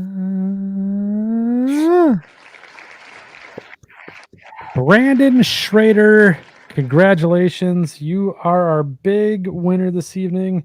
of the $100 gift card to Engine House Services. Yay. Outstanding. If you can, Brandon, if you're listening tonight, send me a message. Otherwise, I will get a hold of you via Patreon and make sure that you get that gift card tomorrow morning. So, outstanding. We've done all the giveaways. We've done all the fun. Woo! Fellas, another 3-hour brew with the crew. What do you guys think? Gentlemen, it's a pleasure. James Winebrenner looks spent. He looks spent. It's the He looks normal spent. time period. That's right. Paul, James, and Mike, thank you for coming on and hanging out with us this evening. We're going to have to make sure that we do a special announcement for Mike's thing that he's got coming up. I know we wanted to get to that tonight, but we'll have to save that for maybe the Boomer Show. That might be a good time to bring that up. Oh, Unless, maybe. Mike, you want to bring it up now? Or do you want to bring it up now? I could. Yeah, why don't you take control for a second while I go use the little boys' room? All right. And yeah, let's do the big announcement from Mike. Okay, so one of the things I'm going to do is I'm going to start doing a little series, a build series. It'll be most likely on YouTube, but it might also it'll be linked into Facebook as well and into the second section site and all that stuff. But it's going to be on. I'm going to share this here quick. So, okay, here's the caveat, or here's the one part of it. When I was at the RPM in Naperville, the Chicagoland RPM, Matt Gadinsky from Des Plaines Hobbies pulled me off to the side and said, "Hey, guess what I found?" And I said, "I don't know." And he says, "I found some kits, double door boxcar kits that I forgot we had laying around." And I'm like, "Oh, interesting, nice." And so the kit is based on a PS1 car, right? So it's a PS1 double door boxcar. Pretty simple stuff, right? Not a problem. Well, of course, I can't have that. We can't have just a plain old PS1 boxcar, right? So what I'm going to do is I'm going to start a build series on, and this is Paul. You may find this very, very interesting. All right. Do you know who Camco is? Mm-hmm. Yeah. Canadian appliance manufacturing company. Mm-hmm. Okay, they founded in 1977. They started manufacturing appliances for whoever, but I mean it started in 1977. The CP had a bunch of aging boxcars and decided to, in 1980, go ahead and rebuild some of their 40-foot boxcars into high cubes. And the result is this. Let's see if I can. Oh boy, now I gotta do it. Let's see here if I can get this. The result was this. Where they had the metal. Yep. Is that not the ugliest high cube boxcar you ever seen in your entire life? So basically, what they did is they would take a 40-foot car. I think they took the top 4 feet of the car off, raised it up. This is simply sheet metal, and sheet steel. A lot of evergreen. It's going to be a lot of evergreen, but it's just basically sheet steel all the way across here, and then they put the top back on. Well, when they did that, if you look, they didn't change the location of the handbrake. So the handbrake is here, and they didn't change locations on ladders or any of this. So there's a high ladder over on this side. There's low ladders over here. This car is an abomination of everything that any kit basher should never learn how to do. So I am going to go ahead and build this car. So the thing is also, if you look, that's a beaut. These cars were built with a 6-foot and an 8-foot door on them for a 14-foot opening. Well, in S scale, the cars themselves, now get a good look at this. So I got to get back to my thing here so I could show it. Where the heck's my thing? There it is. So these cars came with a set of 6-foot doors. These are exactly the same doors that are on that car, except for now I got to cut them and raise them and stuff like that. Well, I was looking for 8-foot doors, and come to find out, the 50-foot car kits from Pacific Rail shops that are discontinued. I have a bunch of them here. Those had an 8-foot door on it. Now the problem with these is it doesn't have the same number of ribs on it that that car does. It's missing like 1 or 2, but guess what? Those can be added. So it's going to be an interesting project. The ends are going to have to be completely redone because they are nowhere near close to what was on the car. There's a couple of other modifications on the sill. Is going to have to get some modifications done to it and the whole 9 yards. But that car right there is going to be the series car, my very first ever series kit build or kit bash build that I'm going to do on my YouTube page. And so hopefully I'll be able to get that started sometime after Thanksgiving, I'm hoping. Between now and then, I've got a lot of stuff on my plate right now. So hopefully sometime after December 1st or right around December 1st, I'll start making the content for that and getting that car set up and built. One other thing that's interesting about that car. I'm just going to pull it. I'm going to pull it back up here real quick. This car is one of a handful of car types that CP had that had I think it's an irregular multi-mark. So the multi-mark is typically the white is kind of an oval shape with a square for the black, a half of a square on its on its edge for a black, which if you put two together, it makes this nice oval and then a square. This ends up making almost a circle, and then this makes a more of a diamond pattern. And what they did is, if you look, the regular multi-mark does not come all the way to the car corners where this one does. So that's going to be a very interesting thing, because I'm already have it in my head that I'm going to paint the multi-mark instead of use a decal. I already have it in my head. I think it's going to be it's going to be easier to paint it than it is to try to get a decal. It'll look better, yes.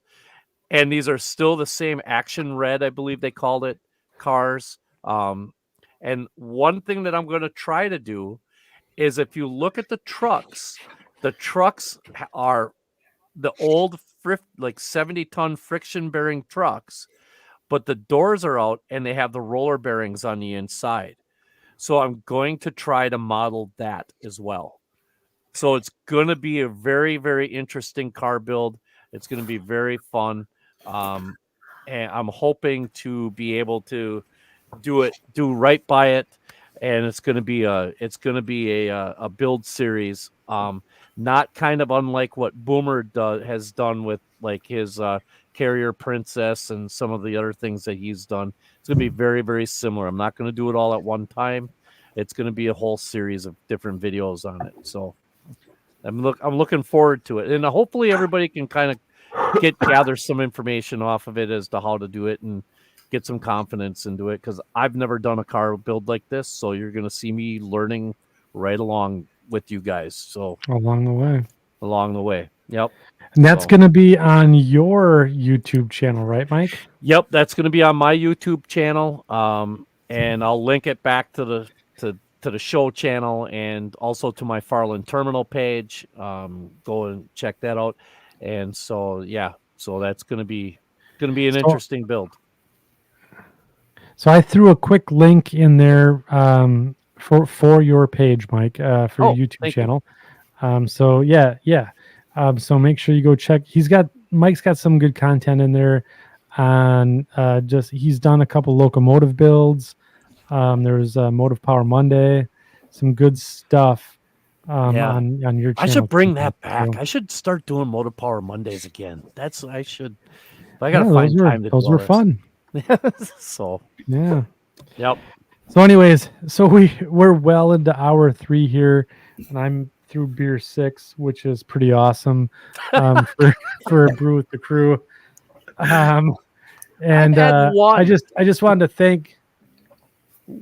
Well, I got 10 years on you yet, right? Don't I? Something like that. Something like that. Yeah.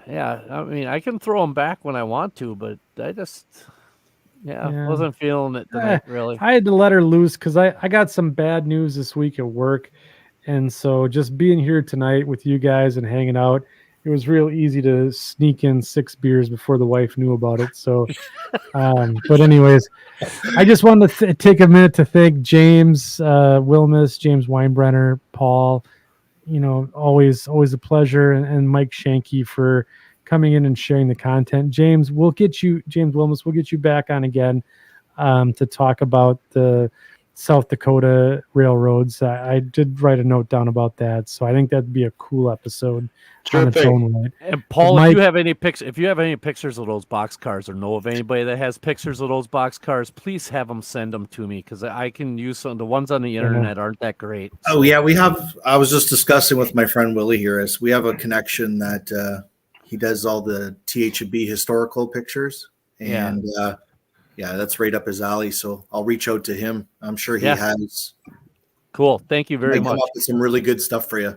Oh, that'd be awesome. Perfect.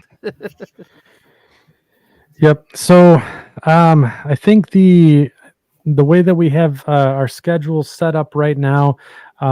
So the bad news that I got is I'm getting shipped off to Detroit, Michigan here next week, and so Can't get away the from episode on the. What's that? I said you can't get away from that town.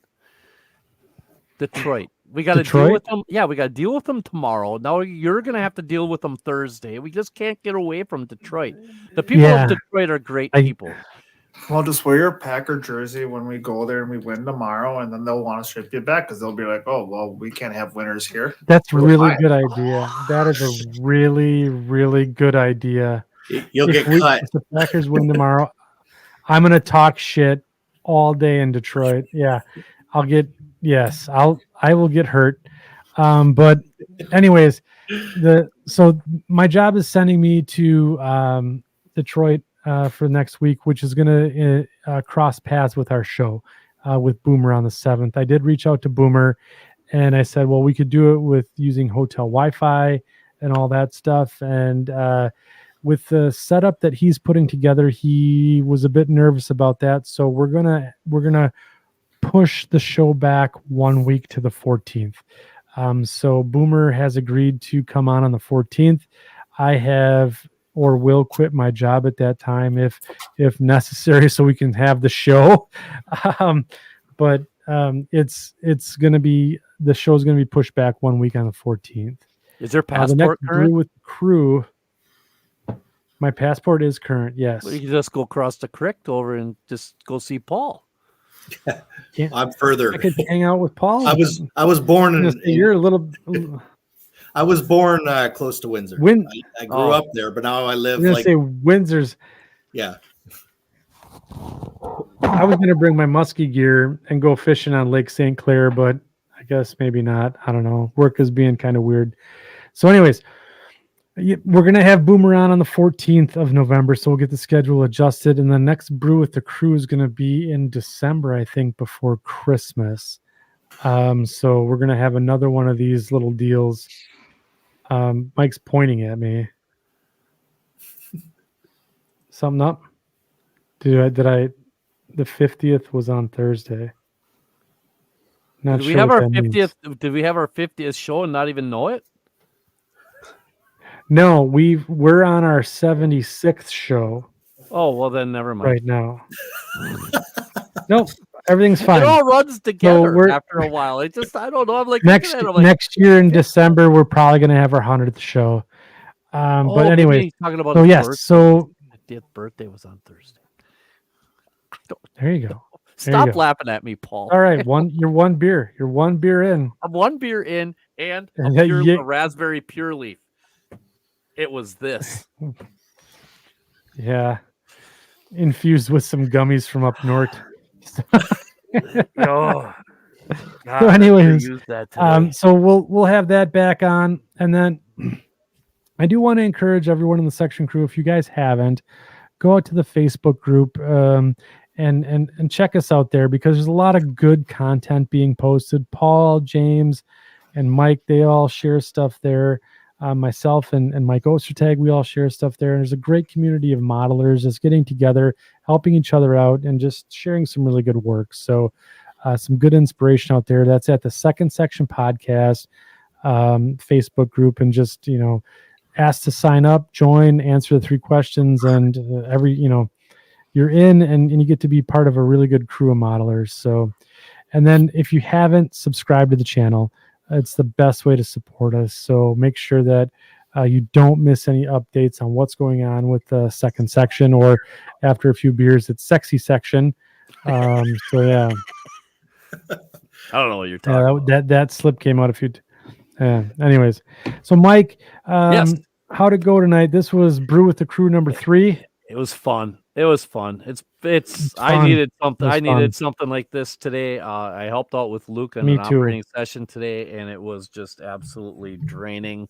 And I just needed something to kick back and relax and to take my mind off of things. And like you say, I've had a really rough week here this week, family wise, and things are getting better.